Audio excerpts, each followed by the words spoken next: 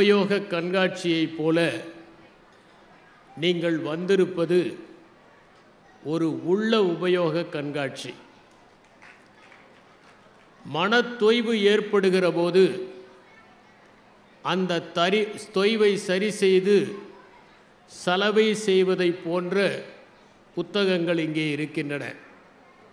நீங்கள் அயர்ச்சி அடைகிற போது உங்கள் மனத்தை குலுக்கி செம்மைப்படுத்துகின்ற புத்தகங்கள் இங்கே இருக்கின்றன.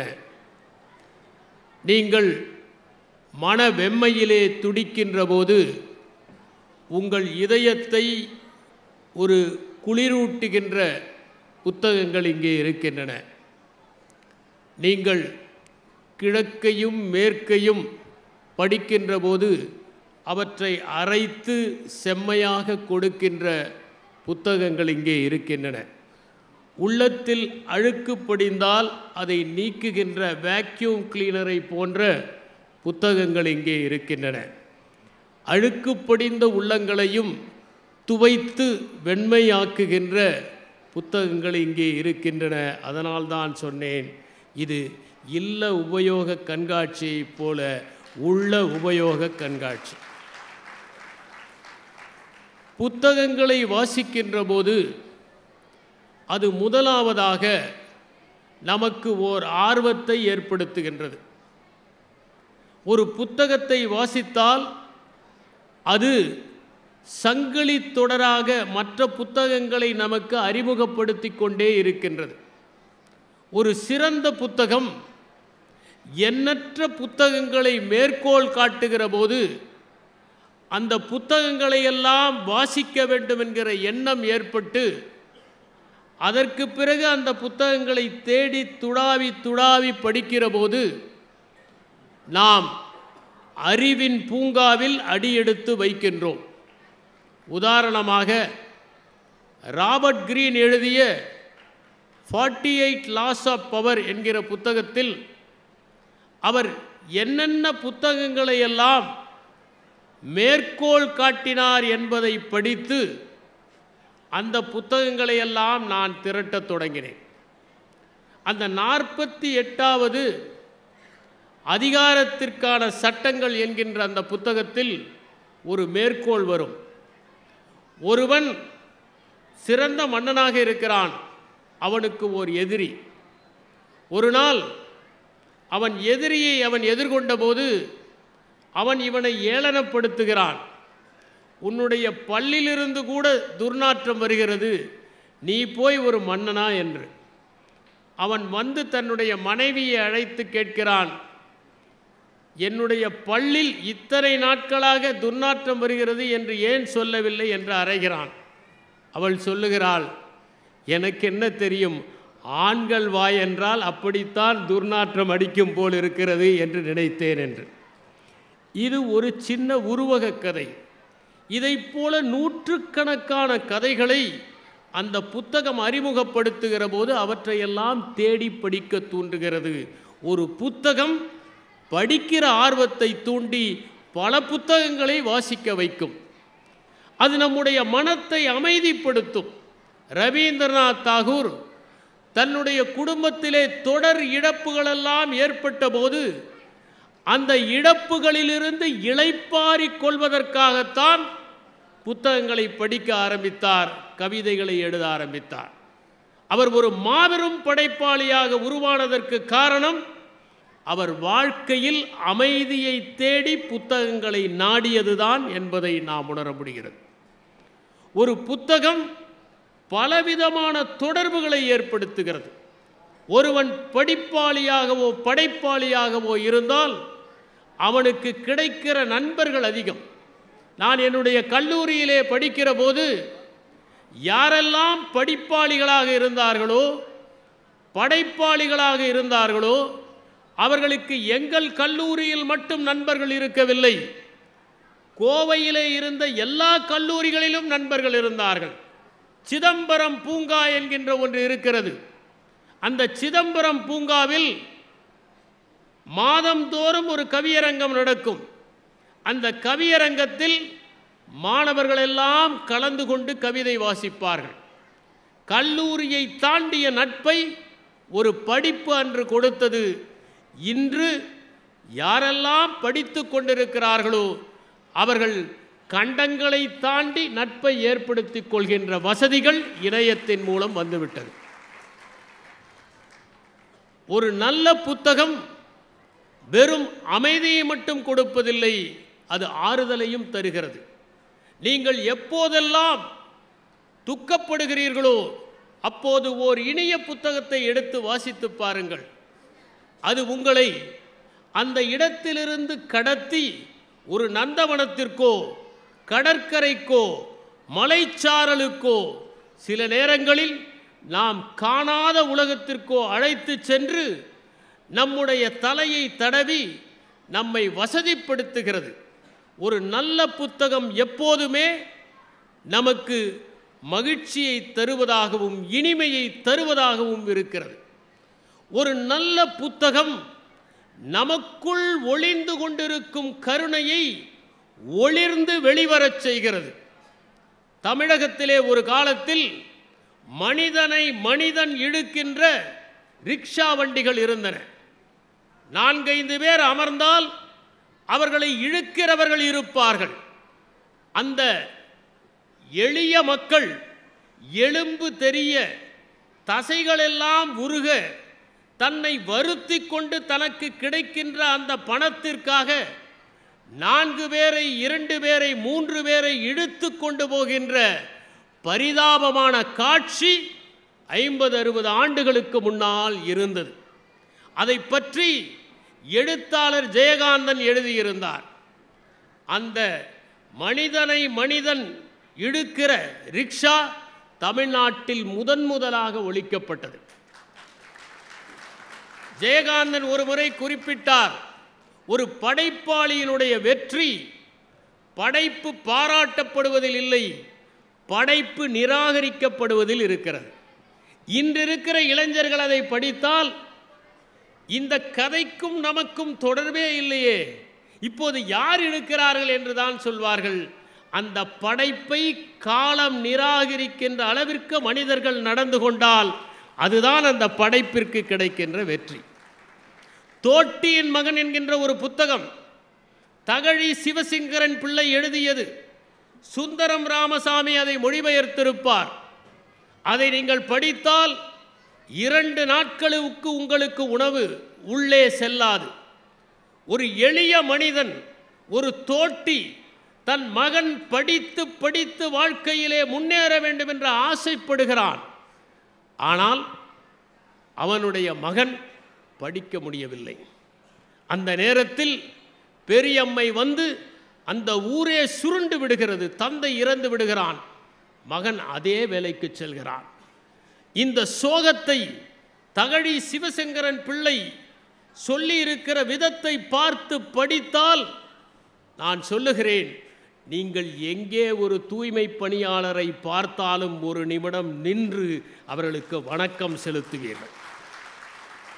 அதனுடைய அடிப்படையில் தான் மேரி என்கிற பெண்மணி, அவள் ஒரு தூய்மை பணியாளராக பணியாற்றி கொண்டிருக்கின்றார். அந்த தூய்மை பணியாளர் ஒரு நாள் தூய்மை பணியை செய்கிற போது ஒரு தங்க கட்டியை காண்கிறார். அந்த தங்க கட்டியை தூய்மை பணியாளர், வறுமையிலே வாடுபவர், தான் கையகப்படுத்த வேண்டும் என்று நினைக்கவில்லை, உரியவரிடம் கொண்டு போய் சேர்க்கிறார். ஏனென்றால் அந்த தங்கத்தை விட மேன்மையான தங்கமாக அந்த மேரி இருந்ததா. இதை பதிவு செய்கிற போதுதான் அந்த படைப்பு அனைவரிடமும் கருணையை ஏற்படுத்துகிற படைப்பாக மாறும். அதுதான் படைப்பினுடைய சக்தி. புத்தகங்கள் நம்மை காட்சிப்படுத்த தூண்டுகின்றன. நீங்கள் ஓர் அருவியை பற்றி படித்தால் உடனடியாக இந்த அருவியை நீங்கள் கற்பனை செய்கிறீர்கள். ஓர் அழகிய இளைஞன் என்றால் அந்த இளைஞனை கற்பனை செய்கிறீர்கள். ஒரு அடர்ந்த காடு என்று படித்தால் அந்த காட்டை கற்பனை செய்கிறீர்கள்.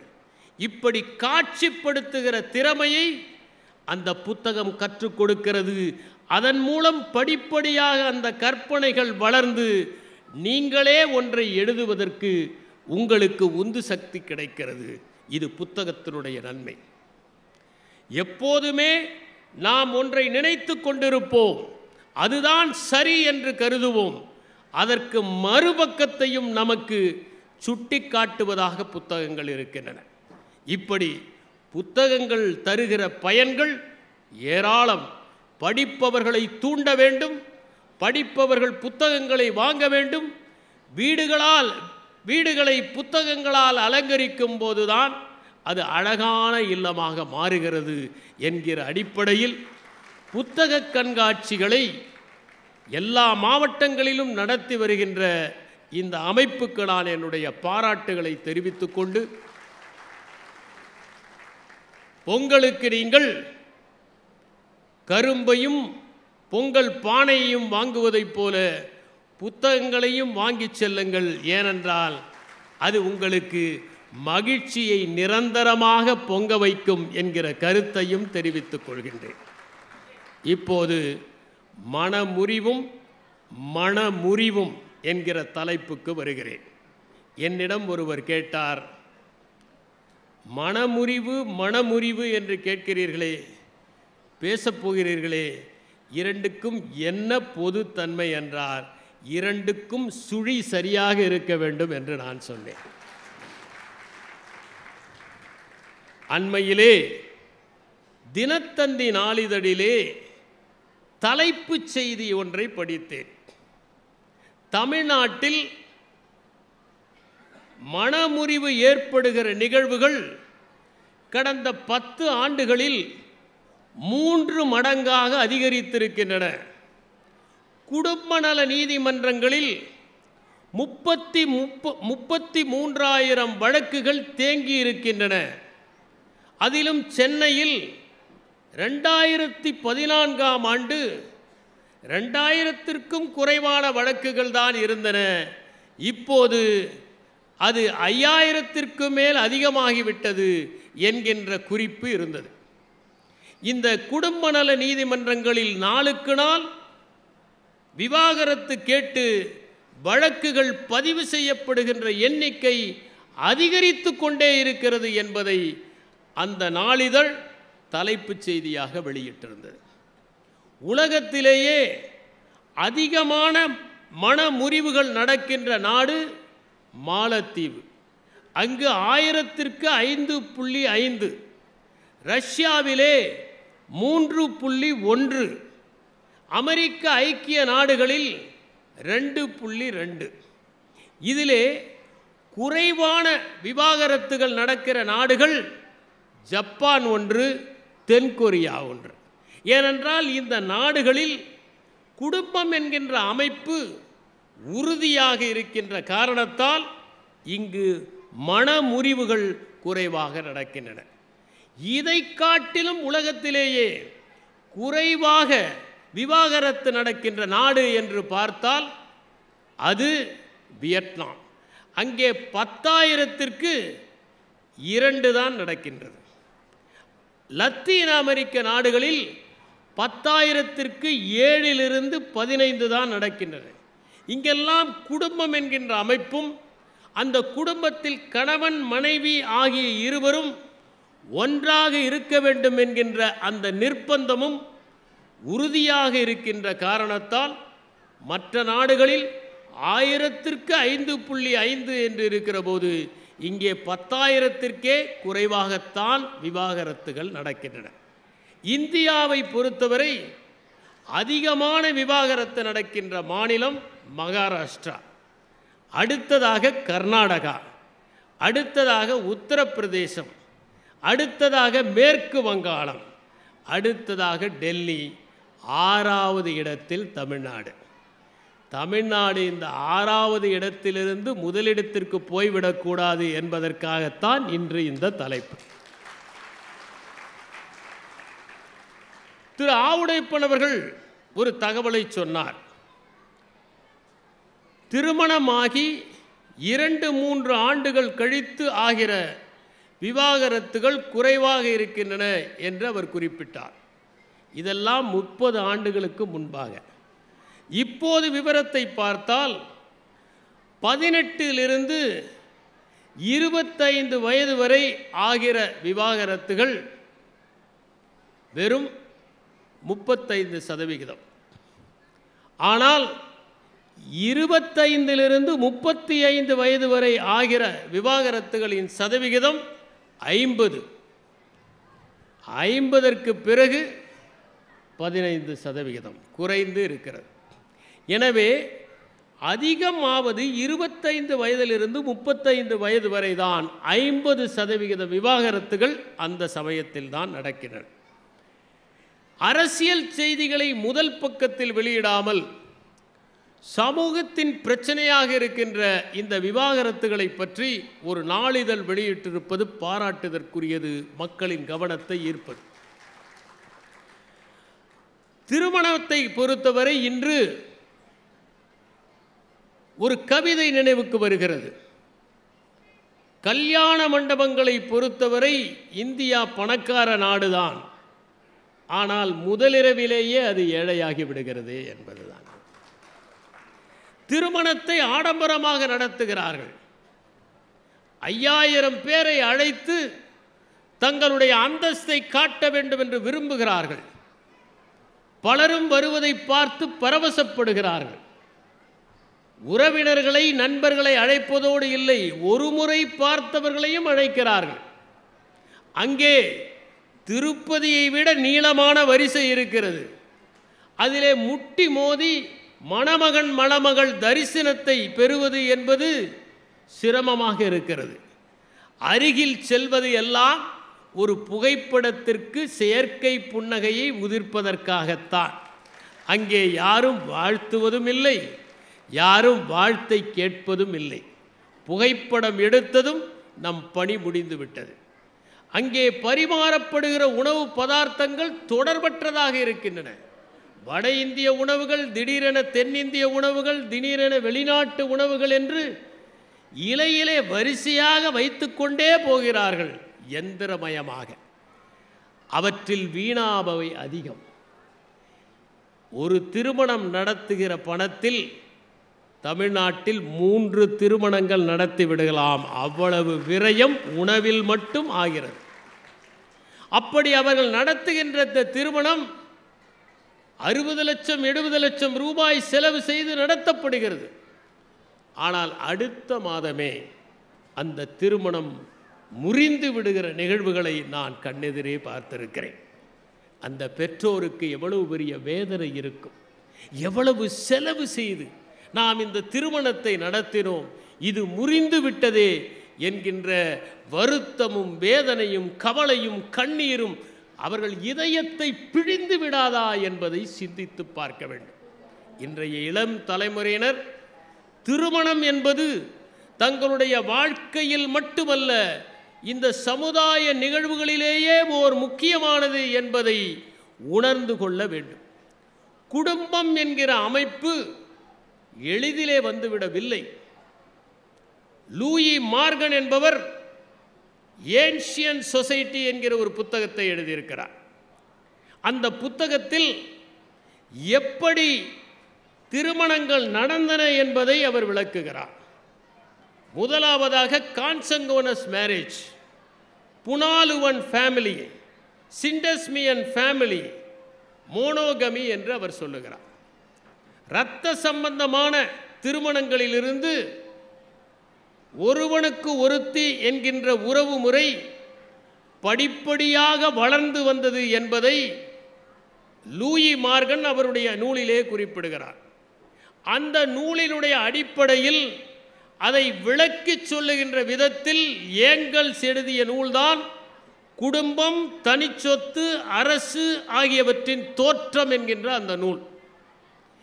இந்த நூலை வைத்துத்தான் வால்காவிலிருந்து கங்கை வரை என்கின்ற அந்த அற்புதமான நூலை ராகுல் சாங்கித்ரியாயன் எழுதினார். ஒரு காலத்திலே மனிதன் கூட்டமாக இருந்தான், தாய்வழி சமூகமாக இருந்தது, உறவு முறைகள் தாறுமாறாக இருந்தன. கூட்டமாக இருந்த ஒரு சமுதாயம் குடும்பமாக மாறியதுதான் பரிணாம வளர்ச்சியினுடைய உச்சம். Sex for fun for preserving the germplasm என்கிற ஒரு புத்தகத்தை ஜாரிட் டைமண்ட் என்பவர் எழுதியிருக்கிறார். அதிலே அவர் ஒருவனுக்கு ஒருத்தி என்கின்ற அந்த தத்துவம் எப்படி வந்தது என்பதை விளக்குகிற அதே நேரத்தில் ஒன்றை குறிப்பிட்டு சொல்லுகிறார். மனிதர்களில் மட்டும்தான் பெண்கள் குழந்தைகளை அதிகமாக பார்த்து கொள்கிறார்கள் என்பது இல்லை, அது சில விலங்கினங்களிலும் உண்டு. சாண்ட் பைப்பர் என்கிற ஒரு பறவை இருக்கிறது.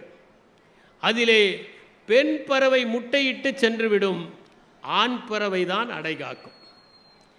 எம்பரர் பெங்குவின் என்கிற ஒன்று இருக்கிறது, அதிலே ஆண் பறவை தான் அடைகாக்கும். நெருப்பு கோழிகள் பெண் பறவை முட்டையிட்டு சென்றுவிடும், ஆண் பறவை தான் அடைகாக்கும். கடற்குதிரைகளிலே வயிற்றில் ஒரு பை இருக்கும், அதிலே முட்டைகளை வைத்து அடைகாத்து குஞ்சு பொரிப்பது அந்த கடற்குதிரைகளில் ஆண் குதிரைகள் தான். டார்வின் தவளை என்கின்ற ஒன்று இருக்கிறது, அது தலைப்பிரட்டைகள் பெரிதாகிற வரை தன்னுடைய வாயிலே வைத்து பாதுகாக்கும். குரங்குகளில் சில வகைகளில் ஆண் குரங்குகள் பெண் குரங்குகளை விட குட்டிகளை அதிகம் பாதுகாக்கும். இது எதனால் ஏற்படுகிறது என்பதை ஜாரிட் டைமண்ட் சொல்லுகிற போது, ஒரு மனிதன் தன்னுடைய மரபு கூறை காப்பாற்ற வேண்டும் என்று விரும்புகிறான். ஒருவன் தன் குழந்தையை ஆபத்திலிருந்து பாதுகாப்பது என்பது பாசத்தினால் அல்ல, மரபு கூரை காப்பாற்றுவதற்காக. தன் இனத்தை சார்ந்தவன் யாராவது நெருப்பிலே மாட்டிக்கொண்டால் அவனை தப்புவிக்க முயற்சி செய்வது அந்த மரபுக்கூறு தொடர்பாகத்தான் என்று ஜாரிட் டைமண்ட் சொல்லுகிறார். இந்த சாண்ட் பைப்பரை பொறுத்தவரை அந்த பெண் பறவை 4 முட்டைகள் தான் இடும். எனவே தன்னுடைய இனத்தை பாதுகாக்க வேண்டும் என்பதற்காக அந்த ஆண் பறவை அடைகாக்கிற வேலையை செய்கிறது, பெண் பறவை சுற்றித் திரிகிறது. இப்படி இனங்களில் தன்னுடைய மரபு கூரை காப்பாற்ற வேண்டும் என்கின்ற எண்ணம் இருக்கிறது என்று ஜாரிட் டைமண்ட் சொல்லுகிறார். மனிதன் மட்டும் குடும்பம் என்கின்ற அமைப்பை உறுதியாக வைத்திருப்பதற்கு என்ன காரணம் என்பதை த ஹியூமன் அனிமல் என்கிற புத்தகத்தில் டெஸ்மண்ட் மாரிஸ் குறிப்பிடுகிறார். மற்ற விலங்குகளெல்லாம் குட்டி போட்டால் உடனடியாக அது தனித்து இயங்க ஆரம்பித்து விடுகிறது. ஒரு குதிரை குட்டி போட்டால் அடுத்த நிமிடமே அது ஓட ஆரம்பித்து விடுகிறது. ஒரு ஆடு குட்டி போட்டால் அது சில மணி நேரங்களிலேயே நகர ஆரம்பித்து விடுகிறது.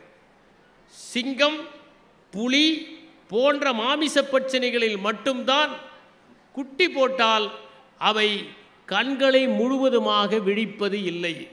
காரணம், முழுவதுமாக வளர்ச்சி அடைகிற அளவிற்கு அந்த தாய் விலங்கு வயிற்றிலேயே வைத்திருந்தால் அந்த பாரம் தாங்காது என்பதால் சற்று முன்னமேயே அது அதை ஈன்று விடுகிறது. அதற்கு பிறகு அவை 3-4 நாட்கள் கழித்து கண்களை விழிக்கின்றன. மற்றவற்றிலெல்லாம் குட்டிகளை போட்டால் உடனடியாக ஓடி விடுகின்றன, துள்ளி குதிக்கின்றன. ஆனால் மனிதனில் அது சாத்தியமில்லை. மனிதன் பார்த்து கொள்ள வேண்டும். மற்றவையெல்லாம் வந்து தாக்காதவாறு அணைத்து அரவணைத்து பாலூட்டி வளர்க்க வேண்டும். இதிலே பெண் ஒருத்தி குழந்தையை பார்த்து கொண்டிருந்தால் உணவை தேடுகிற பணியை ஆண் செய்ய வேண்டும் என்பதற்காகத்தான் இருவரும் குடும்பம் என்கின்ற அமைப்பில் சிக்கிக் கொண்டார்கள் என்கின்ற கருத்தை டெஸ்மண்ட் மாரிஸ் தெரிவிக்கின்றார். அதில் அவர் ஒரு கருத்தை குறிப்பிடுகிறார், மிக நேர்த்தியான ஒரு கருத்து.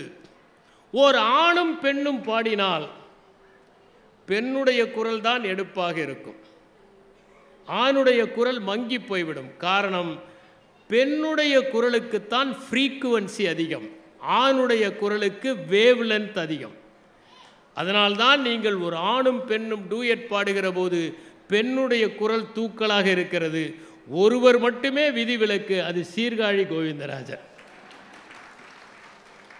அதற்கு காரணம், அந்த குழந்தை தப்பித்தவறி எங்காவது போனால் அந்த பெண் கூப்பிடுவதற்கும் அந்த குழந்தை கேட்டு உடனடியாக ஓடி வருவதற்கும் தான் அதிக ஃப்ரீக்குவன்சி அந்த பெண்ணுக்கு கிடைத்திருக்கிறது என்று குறிப்பிடுகிறார்.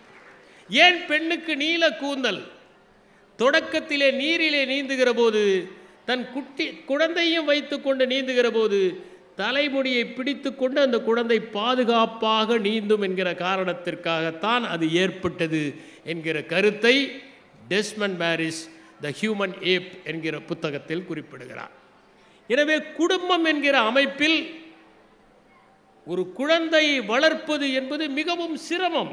சாத்தரிடம் கேட்டார்கள், நீங்கள் ஏன் திருமணம் செய்து கொள்ளவில்லை? நோபல் பரிசு கிடைத்தது, வேண்டாம் என்று சொன்ன மாபெரும் அறிஞர் அவர் சொன்னார், குழந்தைகளை வளர்ப்பது மிகவும் சிரமம், என்னால் அது இயலாது என்று நினைத்தேன், அதனால் திருமணம் செய்து கொள்ளவில்லை. குழந்தைகளை வளர்ப்பது நோபல் பரிசு பெறுவதை விட சிரமமானது என்பதை உணர வேண்டும். எனவே குழந்தைகளை வளர்ப்பது, அவர்களை திருமணம் செய்து வைப்பது, அவர்களுக்கு படிப்பை கொடுப்பது எல்லாம் மிகவும் சிரமம் என்கின்ற காரணத்தால் அந்த குடும்பம் என்கிற அமைப்பு தேவைப்படுகிறது. அந்த குடும்பம் என்கின்ற அமைப்பு இந்த சமுதாயத்திற்கே தேவை. ஏனென்றால் குடும்பம் என்கின்ற அமைப்பு சிதைந்தால் சமுதாயம் சிதைந்து போய்விடும், சிதறி போய்விடும் என்பதால் இந்த மனமுறிவு என்பது ஒரு தனிப்பட்ட நிகழ்வு மட்டுமல்ல, அது சமுதாயம் சார்ந்த ஒரு தொடர்பு என்பதை நாம் புரிந்து கொள்ள வேண்டும். குடும்பம் என்கின்ற ஒன்றை பற்றி நாம் பேசுகிற போது கிழக்குக்கும் மேற்குக்கும் சில வேறுபாடுகள் இருக்கின்றன. ரூடியார்ட் கிப்ளிங் என்பவர் எழுதினார், கிழக்கு கிழக்குதான், மேற்கு மேற்குதான், இரண்டையும் ஒருபோதும் இணைக்க முடியாது என்று சொன்னார். நண்பர் திரு ஷெட்டி அவர்கள் எனக்கு கல்ச்சர் அண்ட் ஆர்கனைசேஷன் என்கின்ற புத்தகத்தை அவசியம் நான் வாசிக்க வேண்டும் என்று சொன்னார். அதை நான் வாங்கி படித்தேன்.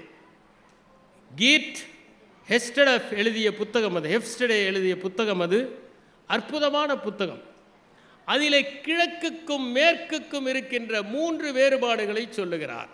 ஒன்று பவர் டிஸ்டன்ஸ் இண்டெக்ஸ், இரண்டாவது கலெக்டிவிசம் வெர்சஸ் இண்டிவிஜுவலிசம், மூன்றாவதாக uncertainty avoidance index. Power distance index என்றால் ஒரு தந்தைக்கும் மகனுக்கும் இருக்கிற இடைவெளி மேற்கை விட கிழக்கில் அதிகம். ஒரு மேலாளருக்கும் பணியாளருக்கும் இடையே இருக்கிற இடைவெளி கிழக்கை விட மேற்கில் குறைவு. நாம் பார்க்கலாம், ஒரு வட்டாட்சியர் கோட்டாட்சியரை பார்த்து வணக்கம் செய்தால் சற்று குறைவாக தலையை குனிவார். மாவட்ட ஆட்சியரை பார்த்து வணக்கம் செய்தால் இன்னும் கொஞ்சம் அதிகமாக வளைவார். தலைமைச் செயலாளரை பார்த்து வணங்கினால் இன்னும் அதிகமாக ஏனென்றால் இதுதான் பவர் டிஸ்டன்ஸ் இண்டெக்ஸ். என்னுடைய நண்பர் ஒருவர் ஒரு அரசு பணியாற்றி கொண்டிருந்த போது அவரிடம் மேற்கிலே எப்படியெல்லாம் பணியாற்றுகிறார்கள் என்பதை பற்றி அவருடைய மேலாளர் பிரசங்கம் சொன்னார். அவருடைய பெயர் ஜான். இவர் பிரசங்கம் நடத்தி கொண்டிருக்கிற போது என்னுடைய நண்பர் மிஸ்டர் ஜான், நான் ஒன்று சொல்லலாமா என்றவுடன் அவர் கோபப்பட்டார். என்னுடைய பெயரை சொல்லுகிறீர்களா என்றார். அதற்கு இவர் சொன்னார், மேற்கிலே இது சாத்தியம், இங்கே சாத்தியமில்லை என்பதற்காகத்தான் இதை சொல்லி காட்டுகிறேன். நம் ஊரிலே அந்த இடைவெளி அதிகம். அதுதான் மேற்கிலும் கிழக்கிலும் இருக்கிற அந்த பண்பாட்டு வித்தியாசம். இரண்டாவதாக, ஒரு சின்ன நிகழ்வை கூட குடும்பத்திலே கலந்து ஆலோசித்து எல்லோரும் சிந்தித்து முடிவெடுப்பார்கள். ஒரு கார் வாங்குவது மட்டுமல்ல, ஒரு சாதாரணமான ஒன்றை வாங்குவதற்கு கூட, ஒரு திரைச்சீலையை வாங்குவதற்கு கூட இந்த விலை நமக்கு கட்டுப்படியாகுமா என்று கேட்டு வாங்குவார்கள். இது நம்முடைய பண்பாடு. ஆனால் அங்கே தனிப்பட்ட முடிவுகளை எடுப்பார்கள். இது மேற்கு. மூன்றாவதாக அன்சர்டன்டி அவாய்டன்ஸ் இண்டெக்ஸ். 8 மணிக்கு ரயில் வந்துவிடும் என்றால் 8 மணிக்கு வந்துவிடும். ஆனால் இங்கே 8 மணிக்கு வந்துவிடுமா என்பது சந்தேகம். இதை அவர் சொல்லுகிறார். இந்த இரண்டுக்கும் இருக்கிற வித்தியாசம் நம்முடைய பண்பாட்டின் எல்லா கூறுகளிலும் வெளிவருகிறது. உதாரணமாக, நம்முடைய குழந்தை படிக்க வேண்டும், பெரிய அறிஞராக வர வேண்டும், நல்ல பதவியிலே வர வேண்டும் என்பதெல்லாம் நம்முடைய கிழக்கிலே இருக்கக்கூடிய பண்பாடு. அதற்காக பெற்றோர் நிறைய பிரயத்தனம் எடுத்துக்கொள்வார்கள். ஏதாவது ஒரு வகையில் அவன் படித்து விட வேண்டும் என்று நினைப்பார்கள். இங்கே கூட பல பெற்றோர் வந்திருக்கிறார்கள். அவர்களுக்கெல்லாம் ஒரு வாய்ப்பு கொடுத்தால், உங்களுடைய பையன் நீட் தேர்வு எழுதுவதற்கு பதிலாக நீங்களே எழுதலாம் என்று ஒரு வாய்ப்பு கொடுத்தால் இதிலே நிறைய பேர் தயாராக இருப்பார்கள். எப்படியாவது மகனை படிக்க வைத்து விட வேண்டும், அவனுடைய வெற்றி தான் நம்முடைய வெற்றி என்று பெற்றோர் கருதுகிறார்கள். அதனால் இவர்களும் விடிய விடிய படிக்கிறார்கள், இவர்களும் பாடங்களை தெரிந்து கொள்கிறார்கள். ஆனால் மேற்கிலே அப்படி இல்லை. ஒரு வயது வரை உன்னை படிக்க வைப்பேன், அதற்கு பிறகு உன்னுடைய பொறுப்பு. நான் சில வெளிநாடுகளுக்கு போயிருக்கிறேன். திரு ஷெட்டி அவர்களைப் போல உலகத்தையே நான் பார்த்தது இல்லை. அவர் இப்போதுதான் வெளிநாடுகள் எல்லாம் சென்று விட்டு வந்தார். நான் சென்ற நாடுகளில் கூட காலை வேளையில் உணவகங்களில் இளைஞர்கள் வந்து பரிமாறுகிற பணியை செய்வதை பார்த்தேன். அவர்களெல்லாம் கல்லூரியில் படிப்பவர்கள். அவர்களுக்கு கட்டணத்தை பெற்றோர் கட்ட மாட்டார்கள், அவர்கள் உழைத்துத்தான் கட்ட வேண்டும். இல்லை என்றால் யாராவது அவர்களுடைய படிப்பை தாங்களே முன்வந்து ஏற்றுக்கொள்ள வேண்டும். ஆனால் நம்மூரிலே அப்படி இல்லை. 30 வயது ஆன ஒரு மகனை தந்தை கூட்டிக் கொண்டு வருகிறார். எப்படி குடிமைப்பணி தேர்வு எழுதுவது என்று சொல்லிக் கொடுங்கள் என்று. தனியாக விடுவதற்கு அவர் தயாராக இல்லை. எனவே நம்முடைய ஊரை பொறுத்தவரை இங்கு குடும்பம் என்கின்ற அமைப்பில் பெற்றோரின் வெற்றி என்பது பிள்ளைகளின் வெற்றியை பொறுத்து அமைகிறது. அமர் என்கிற ஒரு படம், பிரெஞ்சு திரைப்படம். கணவன் மனைவி தனியாக இருக்கிறார்கள், வயதானவர்கள். கணவனுடைய பெயர் ஜார்ஜ், மனைவியுடைய பெயர் ஆனி. அந்த ஆனிக்கு வயதான காலத்தில் திடீரென பக்கவாதம் வந்து விடுகிறது. படாத பாடுபடுகிறாள், எழுந்து நடக்க முடியவில்லை. உதவிக்கு ஒரு மகன் இருக்கிறான், ஒரு நாள் வந்துவிட்டு ஓடிவிடுகிறான். அவனுடைய பிரச்சனையே அவனுக்கு. இவர் பார்த்து கொள்ளுகிறார், இவராலும் முடியவில்லை, இவருக்கும் தள்ளாமை. ஏனென்றால் அந்த பெண்மணியை விட இவருக்கு வயது அதிகம். கடுமையான உழைப்பில் அந்த பெண்ணை பார்த்து கொள்ளுகிறார், அவரால் முடியவில்லை. அவள் படுகிற வேதனை சகித்து கொள்ள முடியவில்லை. ஒரு நாள் தலையணையை வைத்து அந்த பெண்ணுடைய மூச்சை நிறுத்தி விடுகிறார். இதுதான் அமர் என்கிற அந்த படம். அதற்கு பிறகு ஜார்ஜ் அங்கிருந்து போகிறார். அவர் என்ன ஆகிறார் என்று படம் காண்பிக்கவில்லை. ஜார்ஜும் தற்கொலை செய்து கொண்டார் என்பதை சூசகமாக அந்த அமர் என்கிற படம் தெரிவிக்கின்றது. தமிழிலே இதோடு வந்த ஒரு சிறுகதையை ஒப்பிடலாம் என்று கருதுகிறேன். புதுமை பித்தன் எழுதிய செல்லம்மாள் என்கிற அந்த கதை. அந்த கதையை உலகத்தின் மிகச்சிறந்த காதல் கதை என்று சுந்தர ராமசாமி குறிப்பிடுகிறார். அந்த செல்லம்மாவிலே வயதான ஒரு பெண்மணி, மகன்கள் இல்லை, மகள்கள் இல்லை.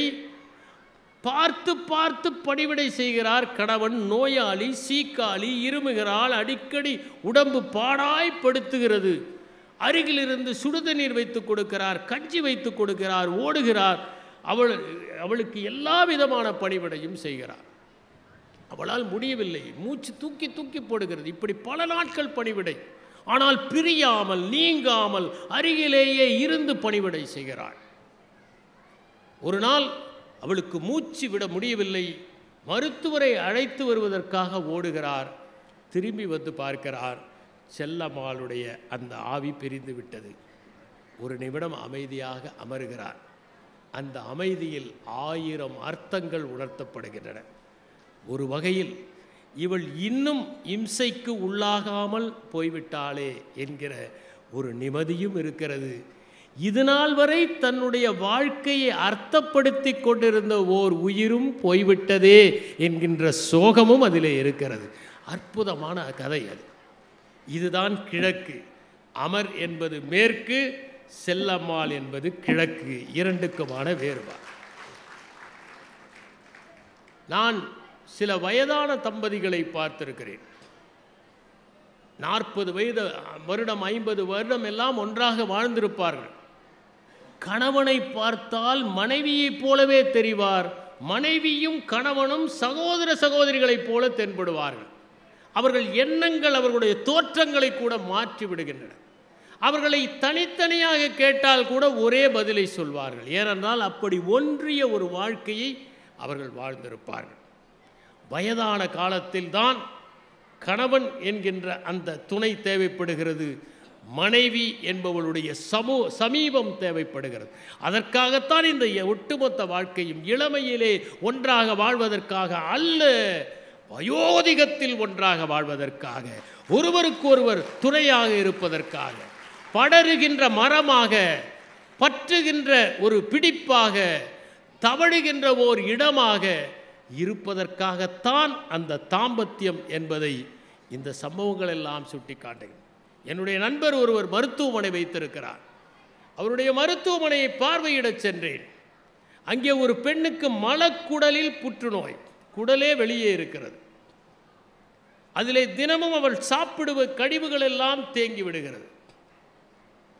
அந்த கழிவை கணவன்தான் சுத்தப்படுத்துகிறார். நான் கேட்டேன், எத்தனை நாட்களாக நீங்கள் சுத்தப்படுத்துகிறீர்கள்? 7 ஆண்டுகளாக நான் சுத்தப்படுத்துகிறேன். அவருடைய முகத்தில் ஒரு அருவருப்பு இல்லை, சலிப்பு இல்லை, சங்கடம் இல்லை, திருப்தியோடு அதை செய்கிறார். அண்மையிலே நான் என்னுடைய நண்பரை கேட்டேன், அவர்கள் இன்னும் இருக்கிறார்களா? அந்த பெண்மணி இறந்து போய்விட்டாரா? என் நண்பர் சொன்னார், அந்த பெண்மணி இருக்கிறார், கணவன் தான் இறந்து போய்விட்டார் என்று. அவர் செய்த சேவையினால் அந்த பெண்மணி உயிரோடு இருக்கிறார். ஆனால் அந்த கணவன் அந்த துக்கத்தை பார்த்து பார்த்து நொந்து நொந்து இறந்து போய்விட்டார். இன்னொரு இடத்திலே நகர முடியாத ஒரு மனைவி, கணவன் ஊட்ட வேண்டும், கவனித்துக் கொள்ள வேண்டும், உடுப்பை மாட்டிவிட வேண்டும், பல் விளக்கிவிட வேண்டும், அத்தனை பணிவிடைகளையும் 20 ஆண்டுகளாக செய்தார். மனைவி இறந்து விட்டார். கணவன் என்னிடம் சொன்னார், என்னுடைய வீடு இப்போது தனிமையாக இருக்கிறது, என் வாழ்க்கையில் ஒரு பொருள் இல்லாத மாதிரி தெரிகிறது, என்னுடைய வீட்டிலே அவள் நிறைந்து இருந்தால் இப்போது காணவில்லை, ஒரு வெறுமையை நான் உணர்கிறேன். அதனால் இங்கே வந்திருக்கிற இளைஞர்களுக்கெல்லாம் நான் குறிப்பிட விரும்புவது, இளமையிலே போடுகிற ஆட்டத்திற்காக அல்ல, வயோதிகத்திலே ஏற்படுகிற தள்ளாட்டத்திற்காகத்தான் கணவன் மனைவி என்கிற உறவு. இப்போது விரைவிலேயே திருமணங்கள் விவாகரத்திலே முடிவடைவதை பார்க்கிறோம்.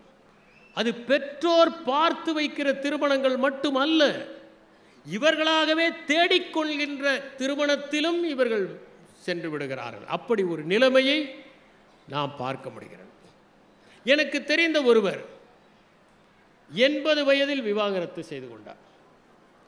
அந்த நீதிபதி கேட்டார், 80 வயதில் உங்களுக்கு எதற்கு விவாகரத்து? அவர் சொன்னார், இதுநாள் வரை எங்கள் குழந்தைகள் வளர்ந்து திருமணம் செய்து கொள்வதற்காக நாங்கள் காத்திருந்தோம், இப்போது நாங்கள் விவாகரத்து செய்து கொள்கிறோம். இன்னொருவர் 70 வயதில் விவாகரத்து செய்து கொண்டார். அவருக்கும் மனைவிக்கும் கருத்து வேறுபாடுகள், சரி பிரிந்து விடலாம் என்று முடிவு செய்தார்கள். இருவரும் ஒரே வாகனத்தில் சென்றார்கள், பதிவு செய்துவிட்டு வந்தார்கள். அதற்கு பிறகு நீதிமன்றத்திலிருந்து அழைப்பாணை வந்தது. இருவரும் ஒரே வாகனத்தில் சென்றார்கள். அந்த அம்மா எனக்கு தாகம் எடுக்கிறது என்று சொன்னார்.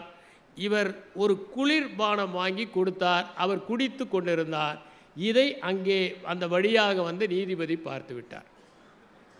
அவர் தீர்ப்பு சொல்லும்போது, நீங்கள் இருவரும் மகிழ்ச்சியாகத்தான் இருக்கிறீர்கள், உங்களுக்கு எதற்கு விவாகரத்து என்று சொல்லிவிட்டார். பிறகு அவர்கள் உயர் நீதிமன்றத்திற்கு சென்று அந்த விவாகரத்தை பெற்றார்கள். ஆனால் அதற்கு பிறகும் அவர்கள் ஒருவருக்கொருவர் சந்தித்து கொள்வார்கள், பேசுவார்கள். அவருக்கு ஏதாவது துணி வாங்க வேண்டும் என்றால் இவர் வாங்கி கொடுப்பார். அந்த அளவிற்கு அவர்கள் நட்பாக இருந்தார்கள், மிகவும் நட்பாக இருந்தார்கள். எனக்கு மராத்தியிலே ஒரு குறும்படம் ஞாபகத்திற்கு வருகிறது. ஒரு இளைஞனும் அவனுடைய தோழியும் 2.5 ஆண்டுகள் ஒன்றாக இருப்பார்கள். கருத்து வேறுபாடுகள் வந்துவிட்டன, பிரிந்து விடுகிறார்கள். அதற்கு பிறகு ஒரு நாள் அவன் மும்பை வருகிறான். தன்னுடைய தோழி இருப்பது நினைவுக்கு வருகிறது. தொலைபேசியில் அழைக்கிறான்.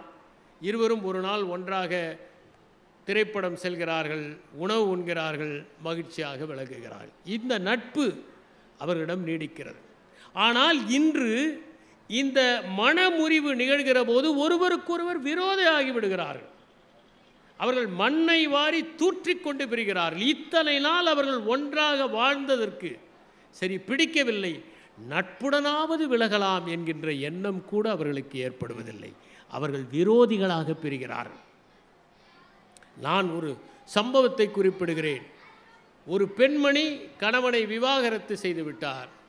அதற்கு பிறகு அந்த பெண்மணி அந்த கணவன் இருக்கிற தெருவிலேயே வந்து இன்னொருவரை திருமணம் செய்து கொண்டு 2 பேரும் மகிழ்ச்சியாக கணவன் முன்னால் தினமும் நடப்பது.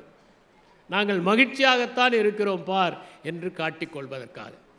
சாமுவேல் பெக்கட் என்பவர் வெயிட்டிங் ஃபார் காடட் என்கிற ஒரு புத்தகத்தை எழுதினார். இதில் காடட் என்பது யார் என்றே தெரியாது, ஆனால் எல்லோரும் காத்திருப்பார்கள். சில நேரங்களில் யாருக்காக காத்திருக்கிறோம் என்பது தெரியாமலேயே நாம் காத்திருக்கிறோம் அல்லவா? அதை போல அந்த சாமுவேல் பெக்கட்டுக்கும் அவருடைய மனைவி சூசனுக்கும் எந்த விதமான தொடர்பும் இல்லை. பொருத்தமே இல்லாத உறவு அது. ஒரு நாள் தொலைபேசி வருகிறது. அப்போது கைபேசி இல்லாத காலம். சூசன் தொலைபேசி எடுக்கிறார். சொல்லுங்கள் என்கிறார். செய்தியை கேட்டுவிட்டு முகத்தை சுளித்து கொண்டே அவள் தொலைபேசியை வைக்கிறாள். பெக்கட் கேட்கிறார், என்ன செய்தி? என்ன செய்தி? உங்களுக்கு நோபல் பரிசு கிடைத்திருக்கிறதா? இதை இவ்வளவு சோகமாக மனைவி சாமுவேல் பெக்கட்டிடம் சொல்லினார் என்பதை நாம் படிக்க முடிகிறது. நாம் நம்முடைய இலக்கியங்களை பார்க்கலாம். சுந்தர ஆவுடையப்பன் அவர்கள் சொன்னதைப் போல சங்க காலத்திலே யாயும் ஞாயும் யாராகியரோ என்று எழுதினார்கள். அதையே மீரா தன்னுடைய கனவுகள் ப்ளஸ் கற்பனைகள் = காகிதங்கள் என்பதில் நீயும் நானும் ஒரே ஊர் வாசுதேவ நல்லூர் என்று எழுதியிருப்பார். இதனால் நாம் இருவரும் செம்புலப்பெயல் நீர் போல அன்புடைய நெஞ்சம் தாம் கலந்தனவே என்று. பிடி பசி களைய பெருங்கை வேடம் என்று குறுந்தொகையிலே ஒரு பாட்டு. பாலை நிலத்திலே தலைவன் சென்று கொண்டிருக்கிறான். அங்கே பிடி என்றால் பெண் யானை. அந்த பெண் யானைக்கு பசிக்கிறது. பாலை நிலம் வறண்டு இருக்கிறது. அந்த களிறு அந்த பட்டையை உரித்து அந்த பெண் யானைக்கு தின்ன கொடுக்கிறது. அவ்வளவு பாசம் அந்த களிருக்கு பெண் யானை மீது. இதை பார்த்துவிட்டு தலைவன் திரும்பி வந்து விடுவான் என்று தோழி ஆறுதல் கூறுகிறான். இப்படி ஒரு காட்சி குறுந்தொகையிலே.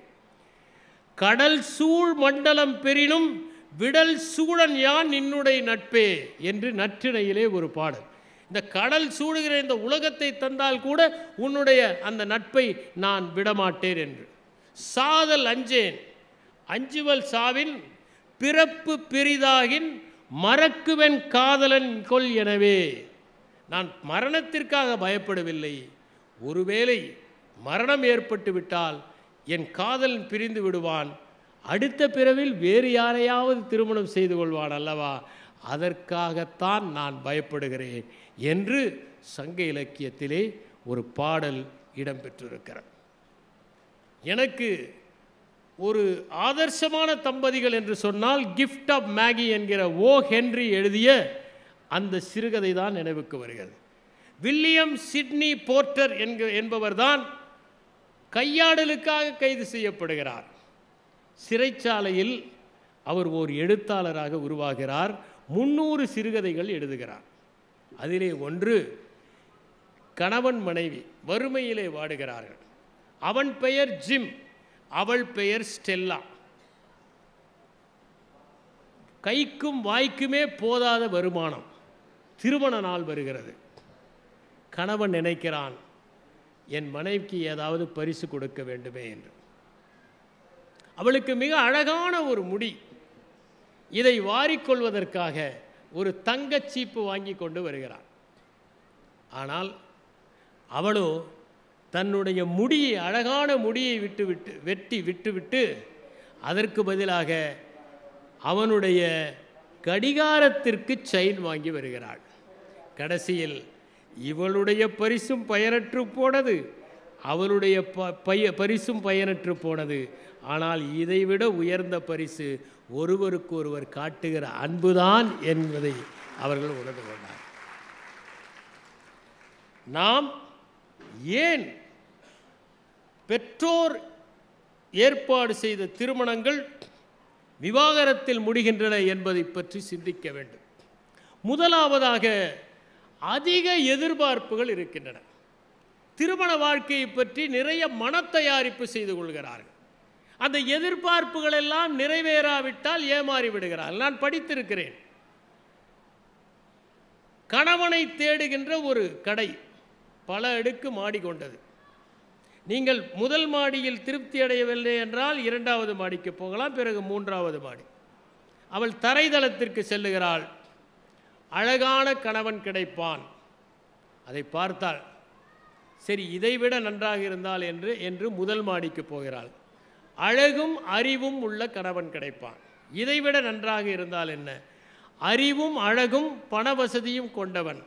ஆகா, இதைவிட நன்றாக இருந்தால் என்று நாலாவது மாடி.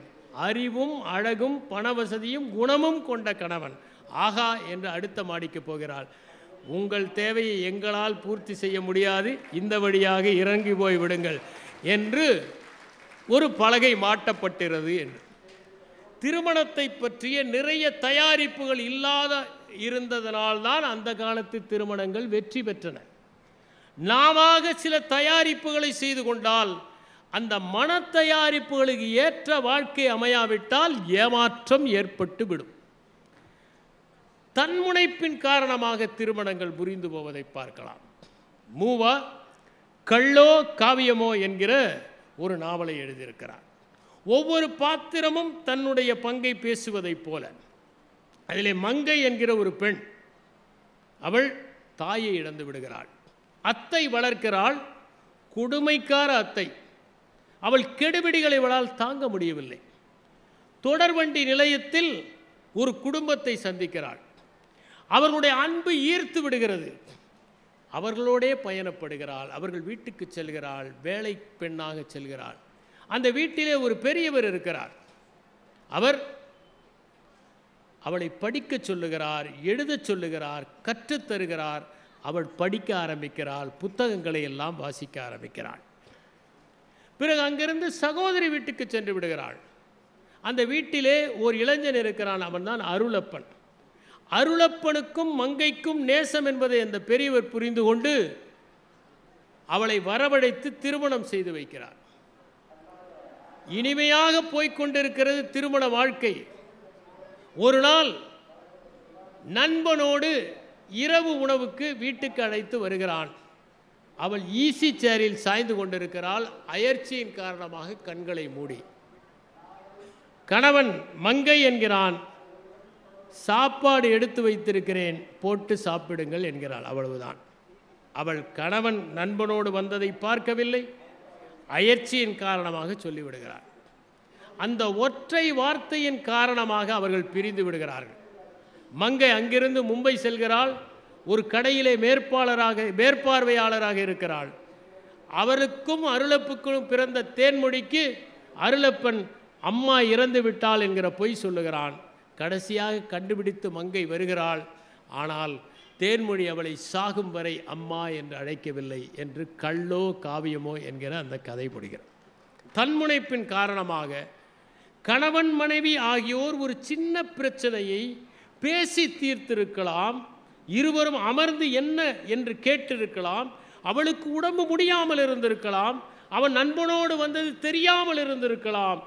இந்த ஒரே ஒரு காரணம் ஏனென்றால் அவன் நினைக்கிறான், ஒரு வேலைக்காரி தானே, அவளுக்கு என்ன வாழ்வு வந்து விட்டது, என்னை திருமணம் செய்து கொண்டு இப்படி செய்து விட்டாளே, இவள் ஒரு வேலைக்காரி, இவள் வேலைக்காரியை போல நடந்து கொள்ளவில்லையே என்று நினைக்கிறான். இதுதான் அந்த பிணக்குக்கு காரணம், இருவரும் பிரிவதற்கு காரணம். இதை போலத்தான் பிணக்கு என்கின்ற கதையை கூட ஜெயகாந்தன் எழுதியிருப்பார். ஆனால் இந்த கள்ளோ காவியமோ என்பது தன்முனைப்புக்கு ஓர் உதாரணம். அடுத்ததாக முக்கியமானது நான் உயர்ந்தவன் என்று நினைப்பது. ஒரு காலத்திலே நீங்கள் வீடுகளுக்கு சென்றால் அங்கே கணவன் மனைவியினுடைய புகைப்படம் இருக்கும். கணவன் அமர்ந்திருப்பார், மனைவி நின்று கொண்டிருப்பார். இப்போது மாற்றம் ஏற்பட்டிருக்கிறது. கணவன் நின்று கொண்டிருக்கிறார், மனைவி அமர்ந்து கொண்டிருக்கிறார். யாராவது ஒருவர் அமர வேண்டியது தானே. ஆனால் மாற்றம் நிகழ்ந்து கொண்டிருக்கிறது. நான் உயர்ந்தவன் என்கிற எண்ணம் யாருக்கு வந்தாலும் அந்த திருமண வாழ்க்கை என்பது பாதிக்கப்படும். ஒரு காலத்திலே கூட்டு குடும்பங்களாக இருந்தன. அந்த கூட்டு குடும்பங்கள் தனி குடும்பங்களாக ஆன பிறகு அதிக சுதந்திரமும் அதிகமாக தனக்கான இடம் கிடைக்கிற அந்த உரிமையும் இருக்கின்ற காரணத்தினால் திருமண வாழ்க்கையில் அதை சிறிது குறைந்தாலும் பிரிகிற நிலைமையை நாம் பார்க்க முடிகிறது. அதை போலத்தான் கையகப்படுத்துகிற ஒரு நிலைமை, பொசசிவ்னஸ் என்பது, இது யாருக்கு இருந்தாலும் அது பிரிவிலே கொண்டு போய் விட்டுவிடும். கணவன் மனைவி பிரிவதற்கு இன்னொரு காரணம், ஐ ஆம் okay, you are not okay என்கிற மனநிலையில் இருப்பது. நான் செய்வதெல்லாம் சரி, நீ செய்வது எதுவுமே சரியில்லை என்கிற எண்ணத்தில் இருக்கிற போது அவர்களுக்குள் பிரிவு ஏற்படுவதற்கான வாய்ப்புகள் ஏற்படுகின்றன. இன்னொரு பக்கம் நாம் நன்றாக கவனித்து பார்த்தால் இன்று இருப்பவர்கள் மேற்கை போல அதிக பரப்பு வெளியை நாடுகிறார்கள். தன்னுடைய இடத்தில் அடுத்தவர்கள் பிரவேசிக்க கூடாது என்கிற எண்ணம் அவர்களுக்கு உறுதியாக இருக்கிறது. இன்னொன்று, நாம் இப்படித்தான் இருக்க வேண்டும் என்கின்ற ஒரு வரையறை செய்து கொள்ளுகிற போதும் இந்த திருமணங்கள் தோல்வியிலே முடிகின்றன. நான் கேள்விப்பட்டிருக்கிறேன், என் நண்பர் ஒருவர் சொன்ன கதை இது. அவருடைய நண்பர் ஒருவர் மனைவி இறந்து தாய் இறந்து விட்டார், திருமணம் செய்து கொண்டார். மனைவி எந்த உணவு சமைத்தாலும் இதை வாயிலேயே வைக்க முடியவில்லை என்று தூக்கி எறிவார். என் அம்மா எப்படி சமைப்பார், அதை போல நீ சமைக்கிறாயா என்று தூக்கி தூக்கி எறிவார். ஒரு நாள் அந்த நண்பன் வந்ததும், என் மனைவி மோசமாக சமைக்கிறாள் என்று சொல்லி இன்று நீ சாப்பிட்டு பார் என்று சொல்லியிருக்கிறார். மனைவி பரிமாறினார். இவன் அம்மாவின் சமையலையும் சாப்பிட்டு இருக்கிறான். இப்போது மனைவியின் சமையலை சாப்பிட்டால் அம்மாவின் சமையலை விட மனைவியின் சமையல் நன்றாக இருந்தது. ஆனால் அவனுடைய ஆழ்மனத்தில் அம்மாவின் சமையல் மட்டும்தான் ருசியானது என்பது பதிந்து விட்டது. நான் ஒரு சம்பவத்தை சொல்லுகிறேன். என்னுடைய நண்பர் ஒருவர் கத்தரிக்காய் சாப்பிட மாட்டார். அவரிடம் கேட்டேன், அவர் சுத்த சைவ குடும்பத்தில் வந்தவர், கத்தரிக்காய் ஏன் சாப்பிட மாட்டேங்கிறீர்கள் என்று கேட்டேன். ஒரு நாள் சாப்பிட்டு கொண்டிருந்த போது இது மீன் மாதிரி இருக்கிறது என்று ஒரு நண்பர் சொன்னார். அதிலிருந்து நான் சாப்பிடுவதில்லை என்றார்.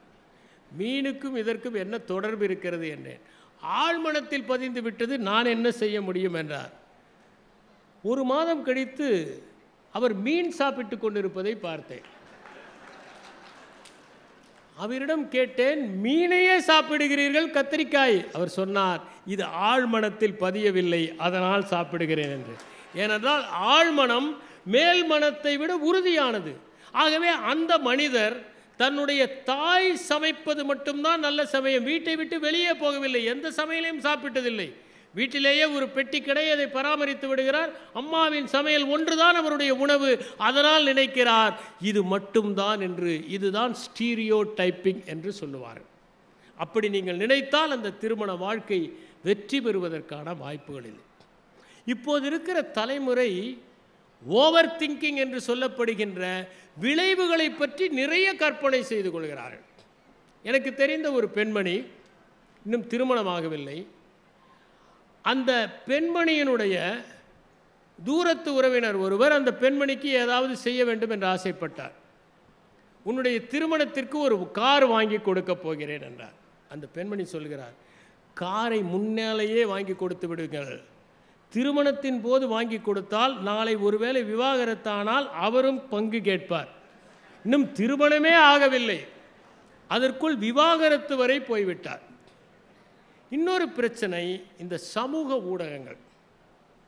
சந்தோஷமாக இருக்கிறார்களோ இல்லையோ, எல்லோருமே சந்தோஷமாக இருப்பதைப் போல காட்டிக்கொள்கிறார்கள். இந்த ஃபேஸ்புக், ட்விட்டர் போன்றவற்றில் அவர்கள் சாப்பிடுகிற உணவை கூட புகைப்படம் எடுத்து போட்டு, அல்லது எப்போதோ வாங்கிய ஒரு மோதிரத்தை போட்டு என் கணவர் இப்போது வாங்கி கொடுத்தார் இந்த பிறந்த நாளுக்கு என்றதும், நம்முடைய கணவர் எந்த மோதிரத்தையும் வாங்கி தரவில்லையே என்கிற ஏக்கம், ஒரு பரிதாப உணர்வு, தன்னிறக்கம், கழிவிறக்கம் ஏற்பட்டு விடுகிறது. இந்த சமூக ஊடகங்களினால் ஏற்படுகிற ஒரு தொல்லை.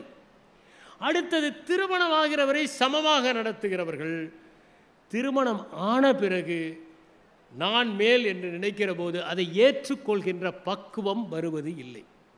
ஒரு சம்பவத்தை கூறுகிறேன். என்னுடைய நண்பர் ஒருவர், அவருடைய அம்மா, கணவன் இல்லாத அம்மா, தந்தை இல்லாத அம்மாவையும் மனைவியும் அழைத்து செல்வார். அந்த மகனும் அம்மாவும் உயர் வகுப்பிலே அமர்ந்து படம் பார்ப்பார்கள். அவருடைய மனைவி குறைவான வகுப்பிலே அமர்ந்து படம் பார்ப்பார்கள்.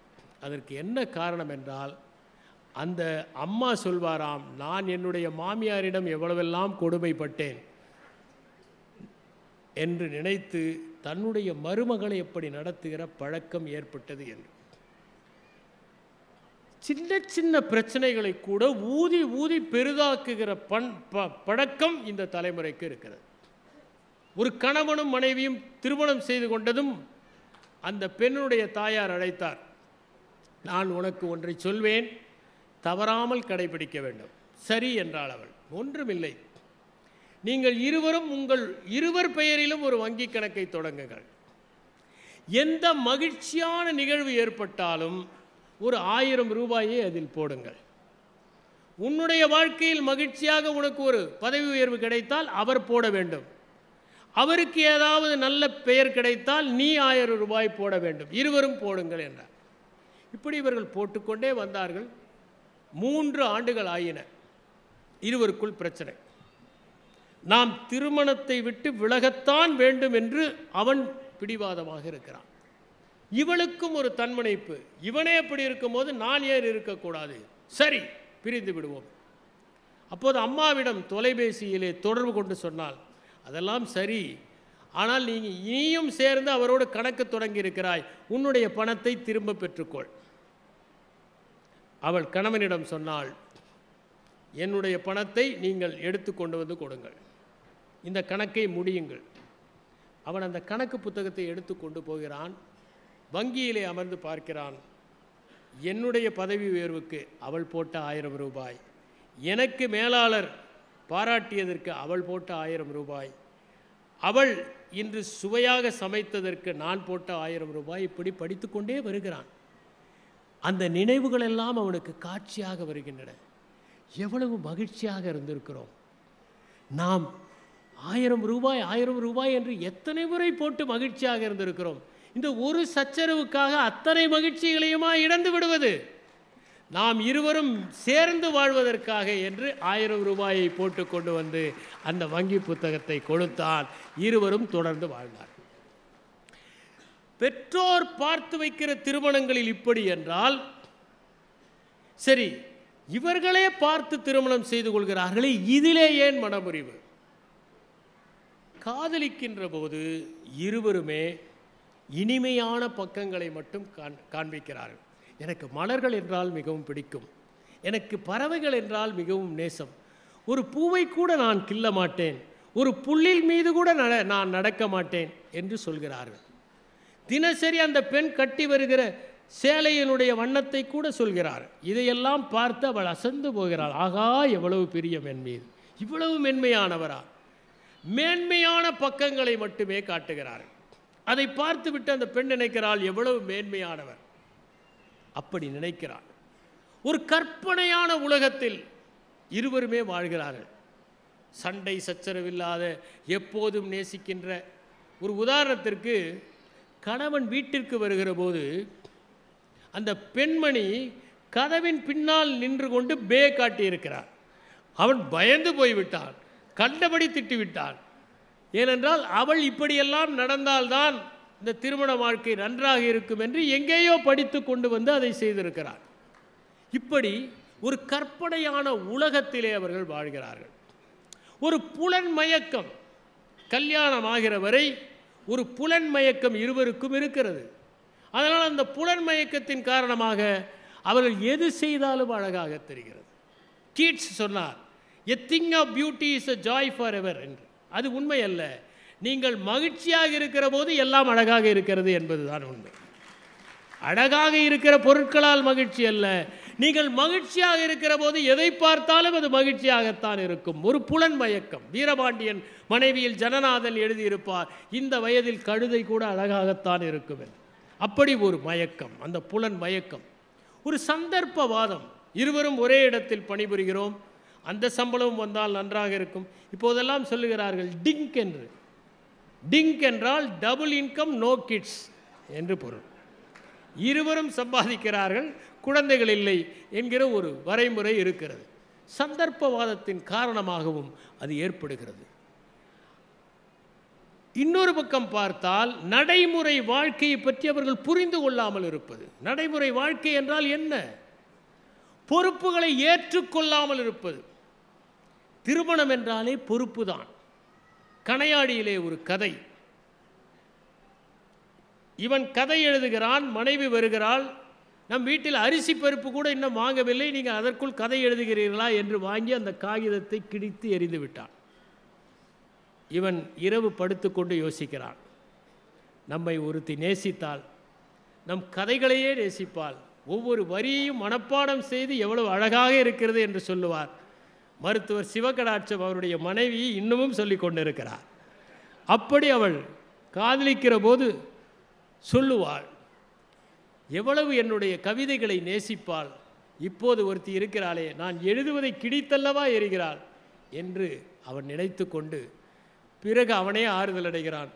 அவள்தானே இவள், அவளை தானே கல்யாணம் செய்து கொண்டோம், ஆனால் என்ன செய்வது, நடைமுறை வாழ்க்கைக்கு இப்படித்தானே இவள் இருக்க முடியும், என்ன செய்வது என்று அந்த கதை, கணையாடியிலே வந்த கதை முடிந்துவிட்டது.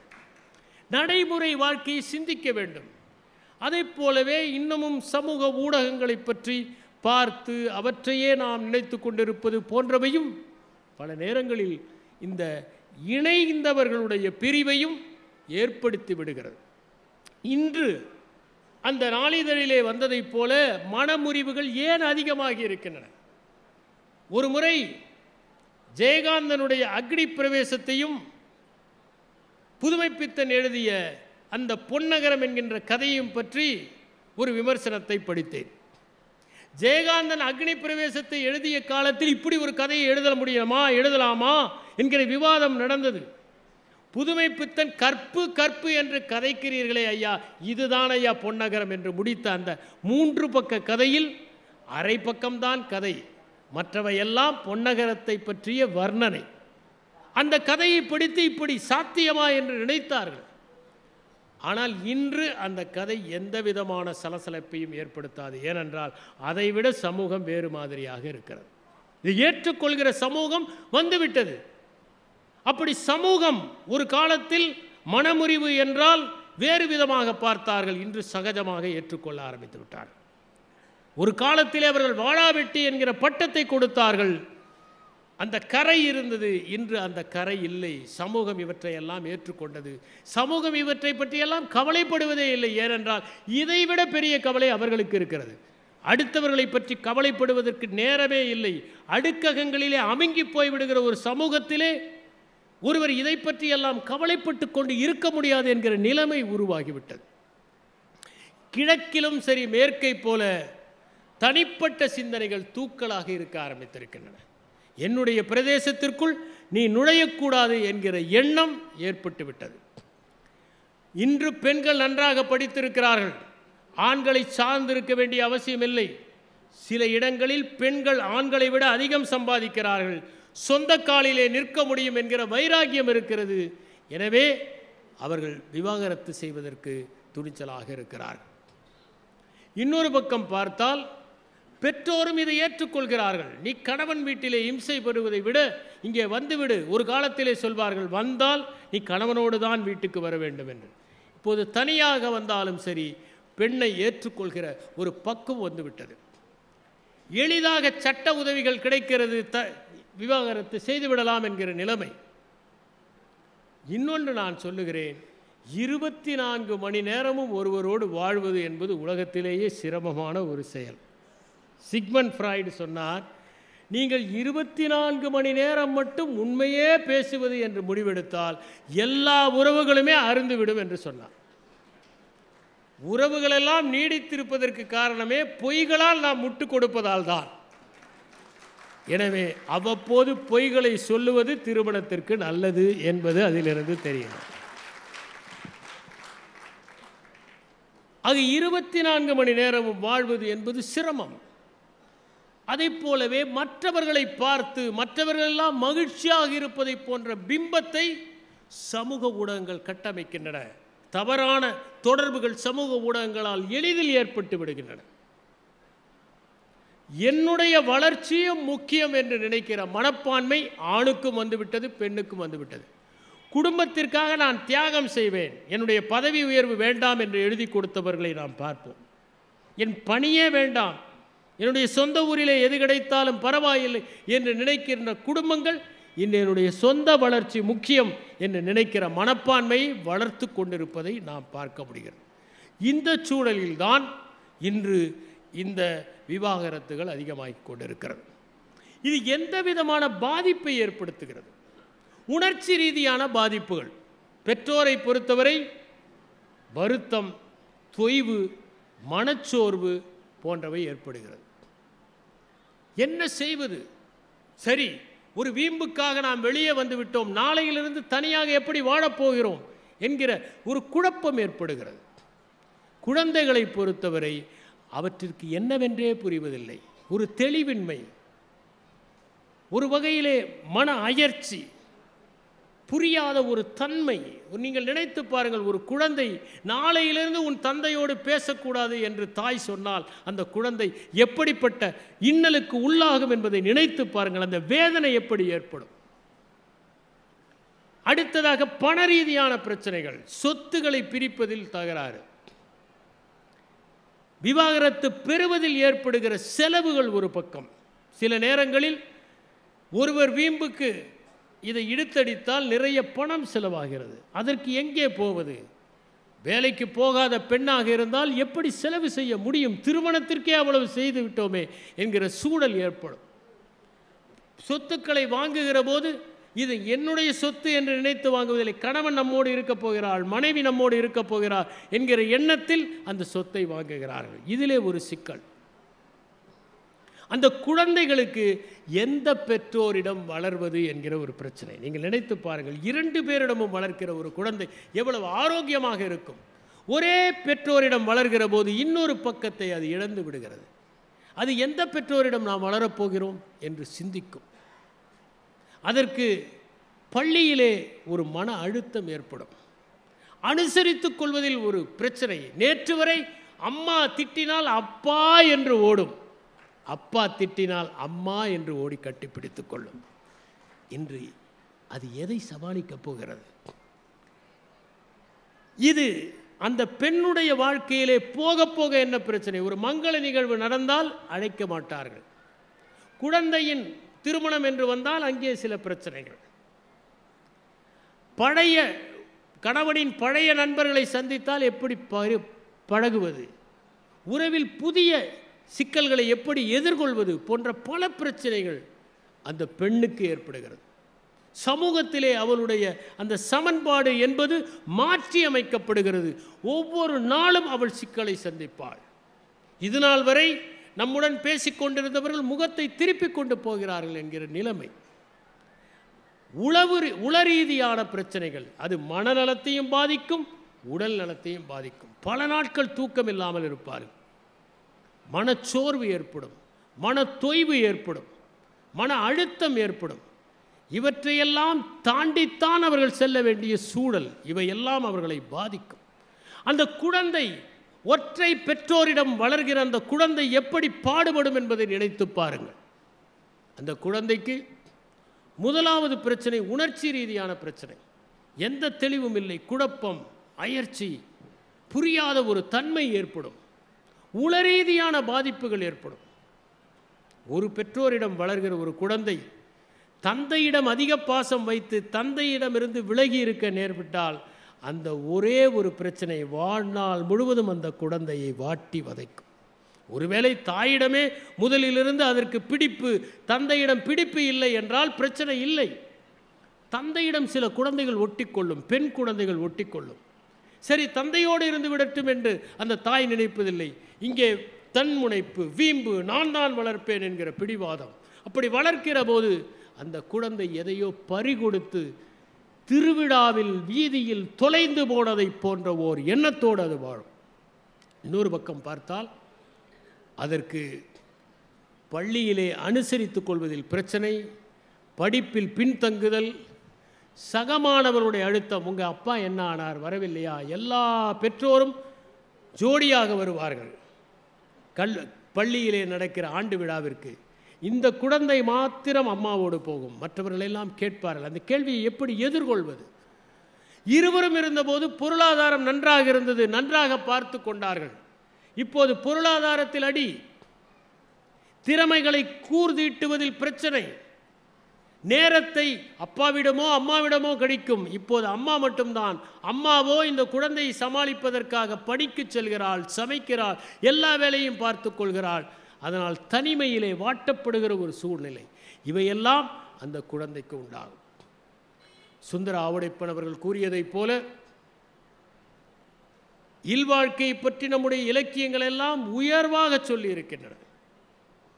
அதனால்தான் வையத்துள் வாழ்வாங்கு வாழ்பவன் வானுரையும் தெய்வத்துள் வைக்கப்படும். இந்த இல்லற வாழ்க்கையை ஒழுங்காக வாழ்ந்தாலே அது துறவரத்திற்கு சமமானது. அறமெனப்படுவது இல்வாழ்க்கை என்று திருவள்ளுவர் கூறுகிறார்.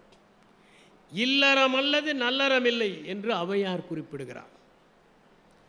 ஒருவன் ஒரு பெண்ணை நேசித்தால் அவளுக்கு ஒருபோதும் வயதாவதே இல்லை என்று ராபர்ட் கிரீன் இங்கர்சால் குறிப்பிடுகிறார். நீங்கள் இருவரும் ஒருவரை ஒருவர் திருமணம் செய்து கொண்டால் ஒருவருடைய கோப்பையை மற்றவர் நிரப்புங்கள், ஆனால் அந்த கோப்பையிலிருந்து நீங்கள் குடிக்காதீர்கள். நீங்கள் இருவரும் நெருங்குங்கள், ஆனால் அந்த நெருக்கத்திலும் இடைவெளி இருக்கட்டும். எப்படி என்றால், ஒரு இசைக்கருவியில் அந்த நரம்புகள் பிரிந்து இருந்து இசையை எழுப்புவதைப் போல, ஒரு கட்டடத்தில் தூண்கள் எல்லாம் தனித்தனியாக இருந்து அந்த கட்டடத்தை தாங்குவதைப் போல உங்கள் சேர்க்கையிலும் சற்று பிரிவு இருக்கட்டும் என்றார் கலீல் கிப்ரான் திருமணங்களை பற்றி பேசுகிற போது. குட்டி இளவரசன் என்கிற புத்தகத்தை எழுதிய ஆண்டான் டே எக்ஸப்ரே என்பவர் காதல் என்பது இருவரும் ஒருவரை ஒருவர் பார்த்து கொள்வதல்ல, ஒரே திசையில் பார்ப்பது என்று சொன்னார். ஒருவரை ஒருவர் பார்ப்பதல்ல, ஒரே பார்வையோடு ஒரே லட்சியத்தோடு இருப்பது என்று குறிப்பிட்டார். தொல்காப்பியர் கூட கூறுகிறார், பிறப்பே குடிமை ஆண்மை ஆண்டோடு உருவு நிறுத்த காமமாயில் நிறைவே அருளே உணர்வோடு திருவென முறையிற கிளர்ந்த ஒப்பினது வகையே என்று இருவரும் எப்போது ஒன்றாக இருப்பார்கள் என்பதை குறிப்பிடுகிறார். நாம் பார்க்க வேண்டியது என்னவென்றால், இந்த திருமணம் என்கின்ற அமைப்பு வெற்றி பெறுவதற்கு நாம் என்ன செய்ய வேண்டும் என்பதுதான். ஜான் காட்மேன் என்கிற ஒரு மனையியல் வல்லுனர் 7 ways to make a marriage work என்கிற ஒரு புத்தகத்தை எழுதியிருக்கிறார். அவர் வாஷிங்டன் பல்கலைக்கழகத்தில் லவ் லேப் என்கிற ஒன்றை தொடங்கியவர். அவர் 14 ஆண்டுகளாக 650 ஜோடிகளை உற்று கவனித்து பரிசோதனைகள் செய்தவர். பிரிந்து போகிற நிலையில் இருந்த பல பேரை சேர்த்து வைக்கிற பெருமையை அவர் செய்தவர். அவர் 2 பேர் 5 நிமிடம் பேசுவதை பார்த்தால் இவர்கள் சேர்ந்து வாழ்வார்களா பிரிந்து சென்று விடுவார்களா என்று சொல்லக்கூடிய அளவுக்கு நிபுணத்துவம் பெற்றவர். அவர் ஒன்றை சொல்லுகிறார், கணவனும் மனைவியும் கடைசி வரை பிரியாமல் இருக்க வேண்டும் என்றால் கணவன் மனைவி என்று இருக்கக்கூடாது, நண்பர்களாக வாழ வேண்டும் என்று கூறுகிறார். அதைத்தான் நம்முடைய தமிழ் இலக்கியம் கருங்கோல் குறிஞ்சிப்பூ கொண்டு பெருந்தேன் இழைக்கும் நாடனது நட்பே என்று கூறுகிறது. காதலே என்று சொல்லவில்லை, நட்பே என்று சொல்லுகிறது. நட்பு தான் காதலுடைய உச்சம், எல்லா உறவுகளுக்கும் உச்சம் நட்பு தான். அதனால்தான் நாம் என் தந்தை நண்பனைப் போல பழகுவார், என் கணவர் நண்பனைப் போல பழகுவார், என் அண்ணன் நண்பனைப் போல பழகுவார் என்று குறிப்பிடுகிறோம். கருங்கோல் குறிஞ்சிப்பூ கொண்டு பெருந்தேன் இடைக்கும் நாடனது நட்பே என்று அவர் குறிப்பிடுகிறார். நீங்கள் ஒருவருக்கொருவர் குறைகளை சொல்லலாம், விமர்சிக்காதீர்கள், குத்தலாக பேசாதீர்கள், ஒருவரை ஒருவர் தாழ்த்தி பேசாதீர்கள், நீங்கள் பெயர் சொல்லி அழைக்காதீர்கள். நமக்கு கோபம் வருகிற போதுதான் உள்ளே ஒளிந்து கொண்டிருப்பதெல்லாம் வரும். திருமணம் நடந்த நேரத்தில் நடந்த சம்பவங்கள் எல்லாம் 20 ஆண்டுகள் கழித்து சண்டையில் வரும். ஆழமான நினைவாற்றல் அப்போது மேம்படும், அவையெல்லாம் வெளியே வரும். அவர் சொல்லுகிறார், குறை சொல்லுங்கள், குற்றவாளி ஆக்காதீர்கள். கோபம் வருகிற போது என்ன செய்ய வேண்டும் என்று ஜார்ஜ் குல்ஜீஃப் குறிப்பிட்டார். நீங்கள் கோபம் வந்தால் 24 மணி நேரம் அந்த கோபத்தை ஒத்தி போடுங்கள். இன்று காலையில் 8 மணிக்கு கோபம் வந்தால் நாளை காலையில் 8 மணிக்கு திட்டுவேன் என்று ஒத்தி போடுங்கள். அதற்குள் அந்த கோபம் வடிந்துவிடும். நாம் கோபப்படுவதில் பொருளே இல்லை என்று புரியும். நாம் தான் தவறாக புரிந்து கொண்டிருக்கிறோம் என்பது கூட புரியும் என்பதுதான் ஜார்ஜ் குல்ஜீஃப் சொன்னது. ரவீந்திரநாத் தாகூர் லெட்டர்ஸ் டு பெங்கால் என்கிற புத்தகத்தில் ஒரு சம்பவத்தை குறிப்பிடுகிறார். அவருடைய பணிப்பெண் ஒரு நாள் வேலைக்கு வரவில்லை. அடுத்த நாள் வருகிறார். ரவீந்திரநாத் ஏன் வரவில்லை என்று கண்டபிடித்து விடுகிறார். அந்த காலத்தில் கைபேசி எல்லாம் இல்லை, எனவே பொய் சொல்ல வாய்ப்பு இல்லை. கைபேசியை வைத்துக்கொண்டு அப்போதுதான் அலுவலகத்தில் இருந்து கிளம்பி இன்னும் 5 நிமிடத்தில் வந்து விடுவேன் என்று நம் நேரத்தில் துண்டி போடுகிறார்களே, அவற்றையெல்லாம் செய்ய முடியாது. அடுத்த நாள் வந்ததும் கோபப்பட்டு கத்தி விடுகிறார். அந்த பெண் சிறிது நேரம் கழித்து கண்களை கசக்கி கொண்டு சொன்னார், நேற்று என் அம்மா இறந்து விட்டார், அதனால் வர முடியவில்லை. வருத்தப்படுகிறார் ரவீந்திரநாத் தாகூர். ஒருவேளை அவர் 24 மணி நேரம் அதை தள்ளி போட்டிருந்தால் இப்படி தேவையில்லாமல் கோபப்பட்டிருக்க வேண்டிய அவசியம் இல்லை. மகா கவிஞர் தான், ஆனால் தவறாக கோபப்பட்டு விட்டார். அதனால் காட்மன் சொல்லுகிறார், கோபத்தில் வார்த்தைகளை கொட்டி விடாதீர்கள். சொன்ன சொல்லையும் எரிந்த கல்லையும் இழந்த நேரத்தையும் திரும்ப பெறவே முடியாது. அதுதான் அவர் சொல்லுகிறார். அவர் சொல்லுகிறார், உங்கள் விரிசல்களை எல்லாம் சரி செய்ய முயற்சி செய்யுங்கள். நீங்கள் உங்கள் மனைவி பேசுகிற போது கவனிக்காததை போல நடந்து கொள்ளாதீர்கள்.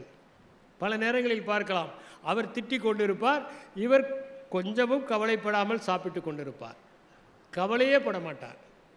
ஒரு உளவியல் அறிஞர் ஒரு ஆய்வு செய்து சொன்னார், ஆண்களைப் போல பெண்கள் 2 மடங்கு பேசுகிறார்கள். காரணம், ஆண்கள் சரியாக கவனிக்காததால் ஒவ்வொன்றையும் 2 முறை பேச வேண்டியிருக்கிறது. 2 முறை பேச வேண்டியிருக்கிறது.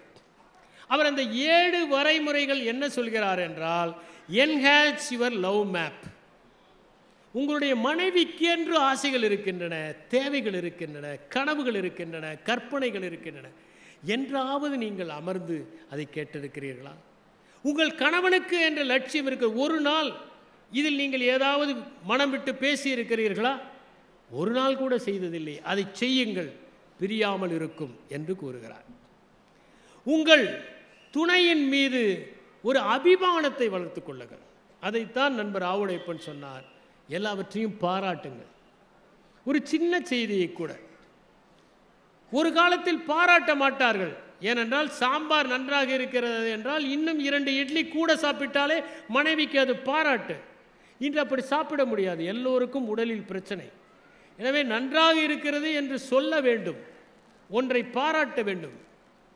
அப்படி பாராட்டினால்தான் அந்த இணைப்பு சேரும். சின்ன சின்ன விஷயங்களில் பாராட்டுங்கள். நானெல்லாம் பாராட்டுவது உண்டு. அப்படி பாராட்டினால்தான் குடும்பம் என்கிற அமைப்பு வலுவாக இருக்கும். அதற்காக வெந்நீர் வைத்து கொண்டு வந்து கொடுத்தால் வெந்நீர் சிறப்பாக இருக்கிறது என்று பாராட்டாதீர்கள். உங்கள் பாராட்டில் சந்தேகம் வந்துவிடும். அவர்களை நோக்கி திரும்புங்கள், அவர்களிலிருந்து விலகாதீர்கள். சில நேரங்களில் அவர்களுக்கு உங்களுடைய கவனிப்பு தேவைப்படும், பாசம் தேவைப்படும், சமீபம் தேவைப்படும். அதை உணர்ந்து கொண்டு நடந்து கொள்ளுங்கள். அப்போது பார்த்து உங்களுடைய இலக்குகளை அடைவதற்காக ஓடாதீர்கள். அமர்ந்து உங்களுக்கு பாசத்தை கொடுங்கள். பாசம் ஒன்றுதான் கொடுக்க கொடுக்க 2 மடங்காக ஆகிற மனப்பான்மை கொண்டது. அவர் 4ஆவதாக அவர் சொல்வது, get influenced by your spouse. ஒருவன் தன்னுடைய நண்பனிடம் சொன்னான், நேற்று எங்கள் வீட்டில் வாக்குவாதம். என்ன? நான் நாடகத்திற்கு செல்ல வேண்டும் என்றேன், என் மனைவி சினிமாவுக்கு செல்ல வேண்டும் என்றார். ஒரே வாக்குவாதம், எதற்கு செல்வது என்று. நண்பன் சொன்னான், கடைசியில் எந்த சினிமாவுக்கு சென்றாய் என்று. Get influenced.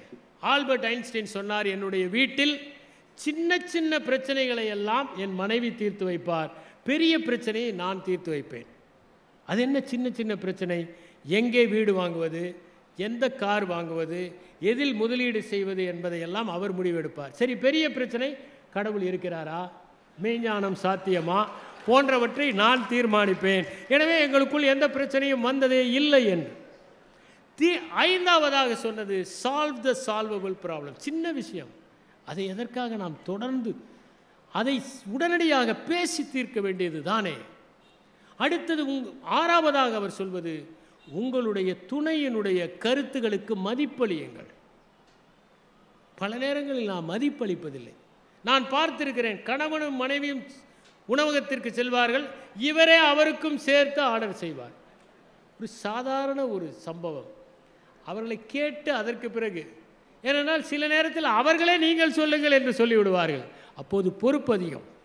அதனால் சால்வ் த சால்வபிள் ப்ராப்ளம்ஸ், மதிப்பு கொடுங்கள். கடைசியாக ஜான் காட்மேன் சொல்கிற ஒன்று, இருவருமே வாழ்க்கைக்கான ஒரு பொருளை பகிர்ந்து கொள்ளுங்கள். என்றாவது நாம் அமர்ந்து நம்முடைய இரண்டு பேருடைய வாழ்க்கை முடிகிற போது இந்த உலகம் எப்படி நம்மை நினைவு கொள்ளப் போகிறது? நாம் இருவரும் வாழ்ந்தோம் என்பதற்கு என்ன அடையாளத்தை விட்டு செல்ல போகிறோம்? நம் குழந்தைகள் மட்டும்தானா? அதற்கு ஏதாவது ஒரு அடையாளத்தை விட்டு செல்வதற்கு நாம் செய்ய வேண்டாமா? அதை செய்வதற்கு இன்றிலிருந்து நாம் முயற்சி செய்வோம் என்று இருவரும் உங்கள் வாழ்க்கைக்கான பொருளை பகிர்ந்து கொள்ளுங்கள் என்று ஜான் காட்மேன் சொல்லுகிறார். இந்தியாவைச் சேர்ந்த ஜாப்பி வஸ்வானி என்பவர் 10 ways to make your marriage successful என்று எழுதியிருக்கிறார். அதிலே முதலாவதாக அவர் சொல்வது, சண்டையை தொடராதீர்கள் என்கிறார். ஒரு சண்டை முடிந்த பிறகு அடுத்த சண்டைக்கு சிலர் தயாராவார்கள். அப்போதுதான் அவர் வந்தபோது ஒரு சண்டை முடிந்திருக்கும். உடனே இதை ஏன் இங்கே வைத்தீர்கள் என்று அடுத்த சண்டை ஆரம்பித்து விடும். அடுத்த சண்டைக்கு ஆயத்தம் ஆகாதீர்கள், சண்டையை தொடராதீர்கள். ஓஷோ தான் ஒரு கதை சொல்வார். தினசரி முல்லா வந்ததும் அவருடைய மனைவி அவருடைய கோட்டை போய் சரி பார்ப்பாராம். அதில் ஏதாவது ஒட்டி கொண்டிருந்தால், அது ஏதாவது முடி இருந்தால் அவருடைய முடியே அதை எடுத்து, இன்று எந்த பெண்ணோடு நீங்கள் பேசிக்கொண்டிருந்தீர்கள் என்று சண்டை போடுவார். முல்லா நஸ்ருதீன் ஒரு நாள் அலுவலகத்திலிருந்து கிளம்பும்போது சட்டையில் எந்த விதமான ஒரு முடியும் இல்லாமல், அவருடைய தாடி முடிதான் அது இல்லாமல் பார்த்து கொண்டு வீட்டுக்கு வந்தார். வந்தவுடன் அவள் வந்து எல்லா பொத்தான்களையும் பார்த்துவிட்டு, இன்று ஏதோ வழுக்கை தலை பெண்மையோடு நீ பேசிக்கொண்டு என்று சண்டை போட்டிருக்கிறார். இதற்கு என்ன செய்வது? இரண்டாவதாக வஸ்வானி சொல்வது, உங்கள் மனைவி பேசுவதை கவனியுங்கள். பெண்கள் எப்போதுமே நன்றாக கவனிப்பார்கள். அவர்கள் உடல் மொழியை கூட நன்றாக கவனிப்பார்கள். நீங்கள் பொய் சொல்லுகிறீர்கள் என்று கண்டுபிடித்து விடுவார்கள் கண்களை பார்த்து. உங்களுடைய புன்னகை போலியா அசலா என்பது அவர்களுக்கு தெரியும். உடல் மொழியை கணிப்பதில் பெண்கள் நிபுணர்கள். ஆகவே கவனியுங்கள். அடுத்ததாக அவர் சொல்வது, புகழுங்கள். தேவையான போது புகழுரையை செல்லுங்கள், அதில் எந்த தவறும் இல்லை என்று சொல்லுகிறார். புகழுங்கள். அடுத்தது நான்காவதாக அவர் சொல்வது, உங்கள் மனைவியினுடைய பொறுப்பை ஏற்றுக்கொள்ளுங்கள், பகிர்ந்து கொள்ளுங்கள்.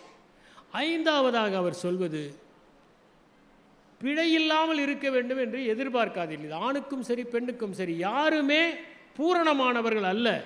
நாம் எல்லோரும் பூரணமாக இருந்தால் இந்த உலகம் அசிங்கமாக இருக்கும். நாம் கச்சிதம் இல்லாமல் இருப்பதால் தான் இந்த உலகம் அழகாக இருக்கிறது. உலகமே கச்சிதமாக இல்லை, அது தன்னை புதுப்பித்து கொண்டே இருக்கிறது. வளர்வதற்கு வாய்ப்பு வேண்டும் என்றால் கச்சிதமாக இல்லாமல் இருக்க வேண்டும். அடுத்ததாக மன்னிக்க கற்றுக்கொள்ளுங்கள். உலகத்திலேயே மன்னிப்பு என்கின்ற ஒற்றை சொல்லால் தான் இது இனிமையாக இன்னும் பல உறவுகள் நீடித்து கொண்டிருக்கிறது. தவறுகளை பொருட்படுத்தாதீர்கள் என்கிறார்.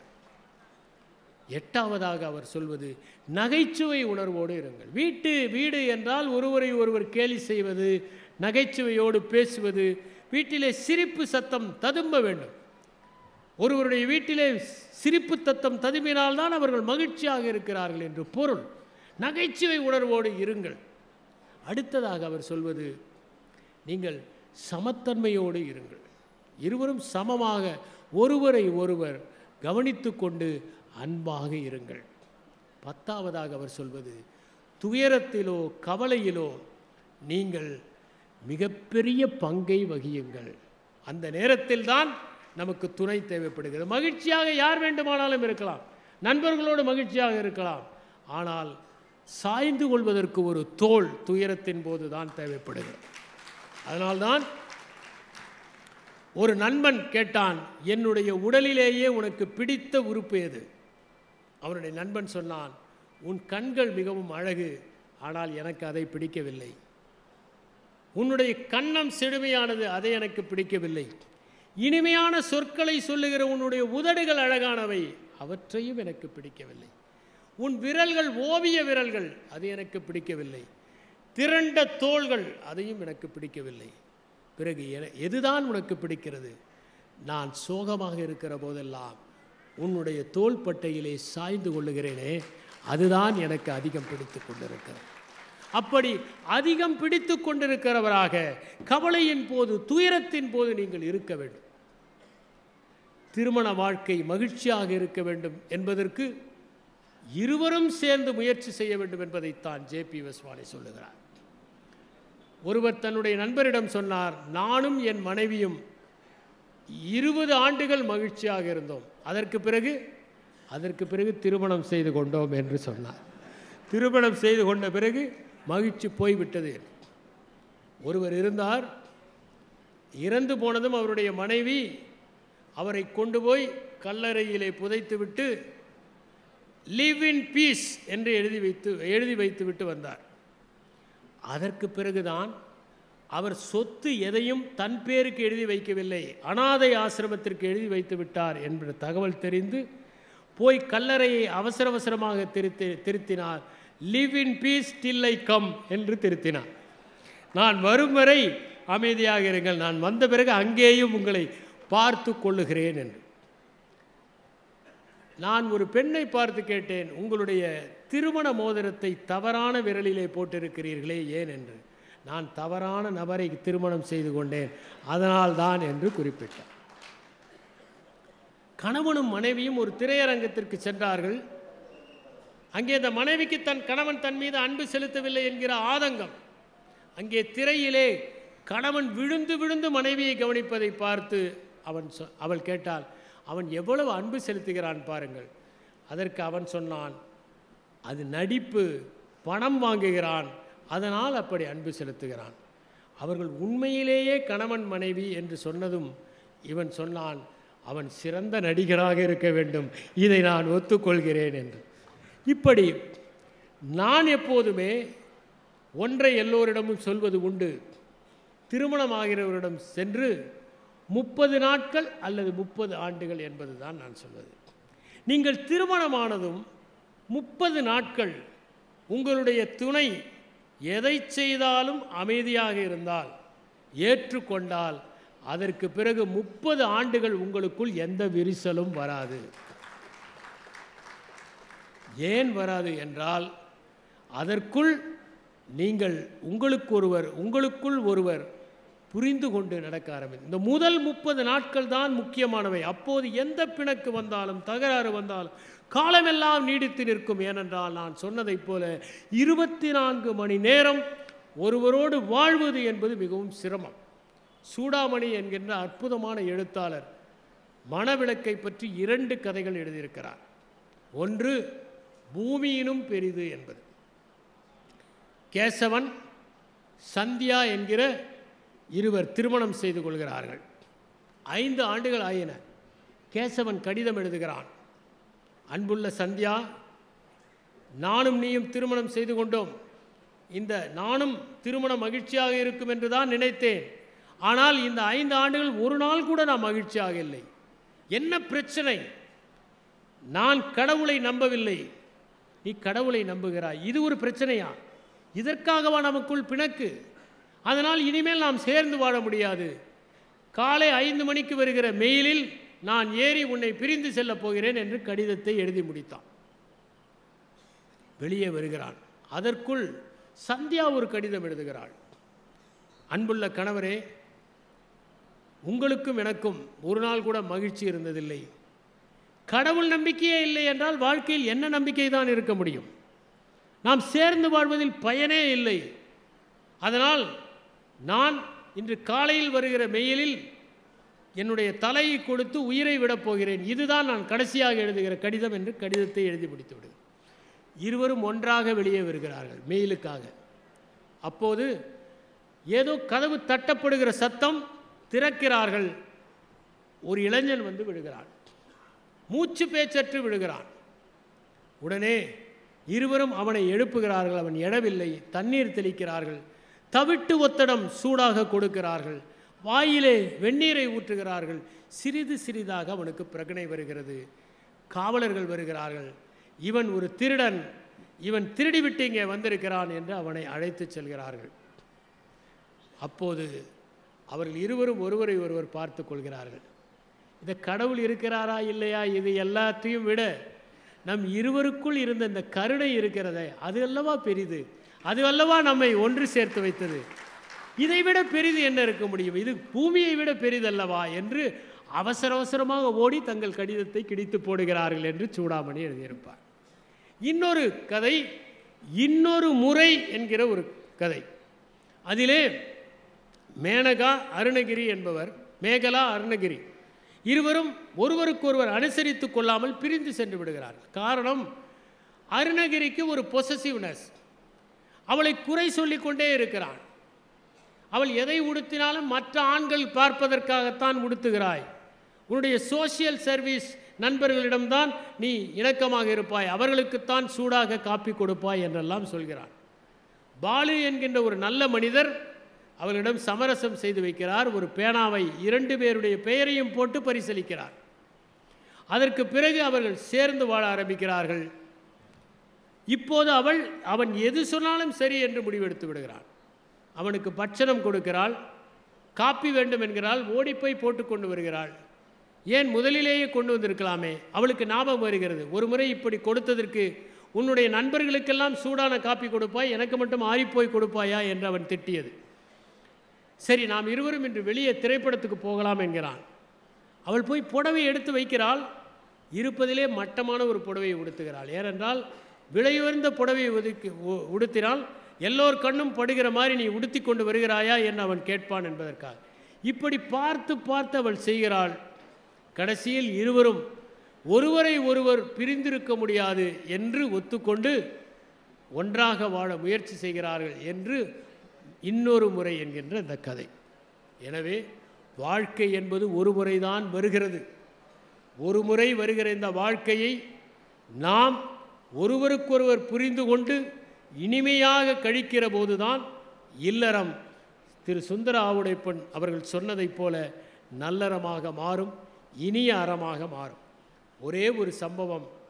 ஒரு நாள் ஒரு பெண்மணி கணவன் படுக்கையிலே இருக்கிற போது ஒரு ஓவியரிடம் சென்று என்னை ஒரு படமாக வரைந்து தர வேண்டும் என்று கேட்கிறார். அவன் படத்தை தத்ரூபமாக வரைந்து விடுகிறான். அவள் சொல்லுகிறாள், படம் நன்றாகத்தான் இருக்கிறது, ஆனால் என் கழுத்தில் ஒரு வைர அட்டிகை நீங்கள் போட வேண்டும் என்று. இவளுக்குத்தான் உடல் நலம் சரியில்லை, கணவன் நன்றாக இருக்கிறான். உடல் நலம் சரியில்லாத நேரத்தில் இவள் ஓவியம் கேட்கிறாளே என்று நினைத்து கொண்டுதான் அந்த ஓவியம் தீட்டுகிறாள். இவள் சொல்லுகிறாள், என்னுடைய கழுத்தில் வைர அட்டிகை இருப்பதைப் போல நீங்கள் வரைய வேண்டும். அவன் கேட்கிறான், உங்கள் கழுத்தில் வைர அட்டிகை இல்லையே, எதற்காக வரைய வேண்டும்? செயற்கையாக இருக்குமே. இல்லை இல்லை, வரையுங்கள். ஏன்? ஏனென்றால் நான் இன்னும் 1-2 மாதங்களில் செத்து போய் விடுவேன். சாவதற்குள் என் கணவனிடம் ஒரு சத்தியமாகுவேன். எங்களுடைய வரவேற்பறையில் இந்த படத்தை தவறாமல் மாட்டி வைக்க வேண்டும் என்று. அவன் ஒருவேளை வேறு திருமணம் செய்து கொண்டால் வரப்போகிற மனைவி தினசரி அந்த வைராட்டிகை எங்கே, வைராட்டிகை என்று அவனை நச்சரிப்பார். அந்த நிம்மதி போதும் என்று சொல்லுகிறாள். நன்றி, வணக்கம். இந்த தகவல் உங்களுக்கு பிடிச்சிருந்தா லைக் பண்ணுங்க, உங்க ஃப்ரெண்ட்ஸுக்கு ஷேர் பண்ணுங்க, மறக்காம எங்க சேனலுக்கு சப்ஸ்கிரைப் பண்ணுங்க.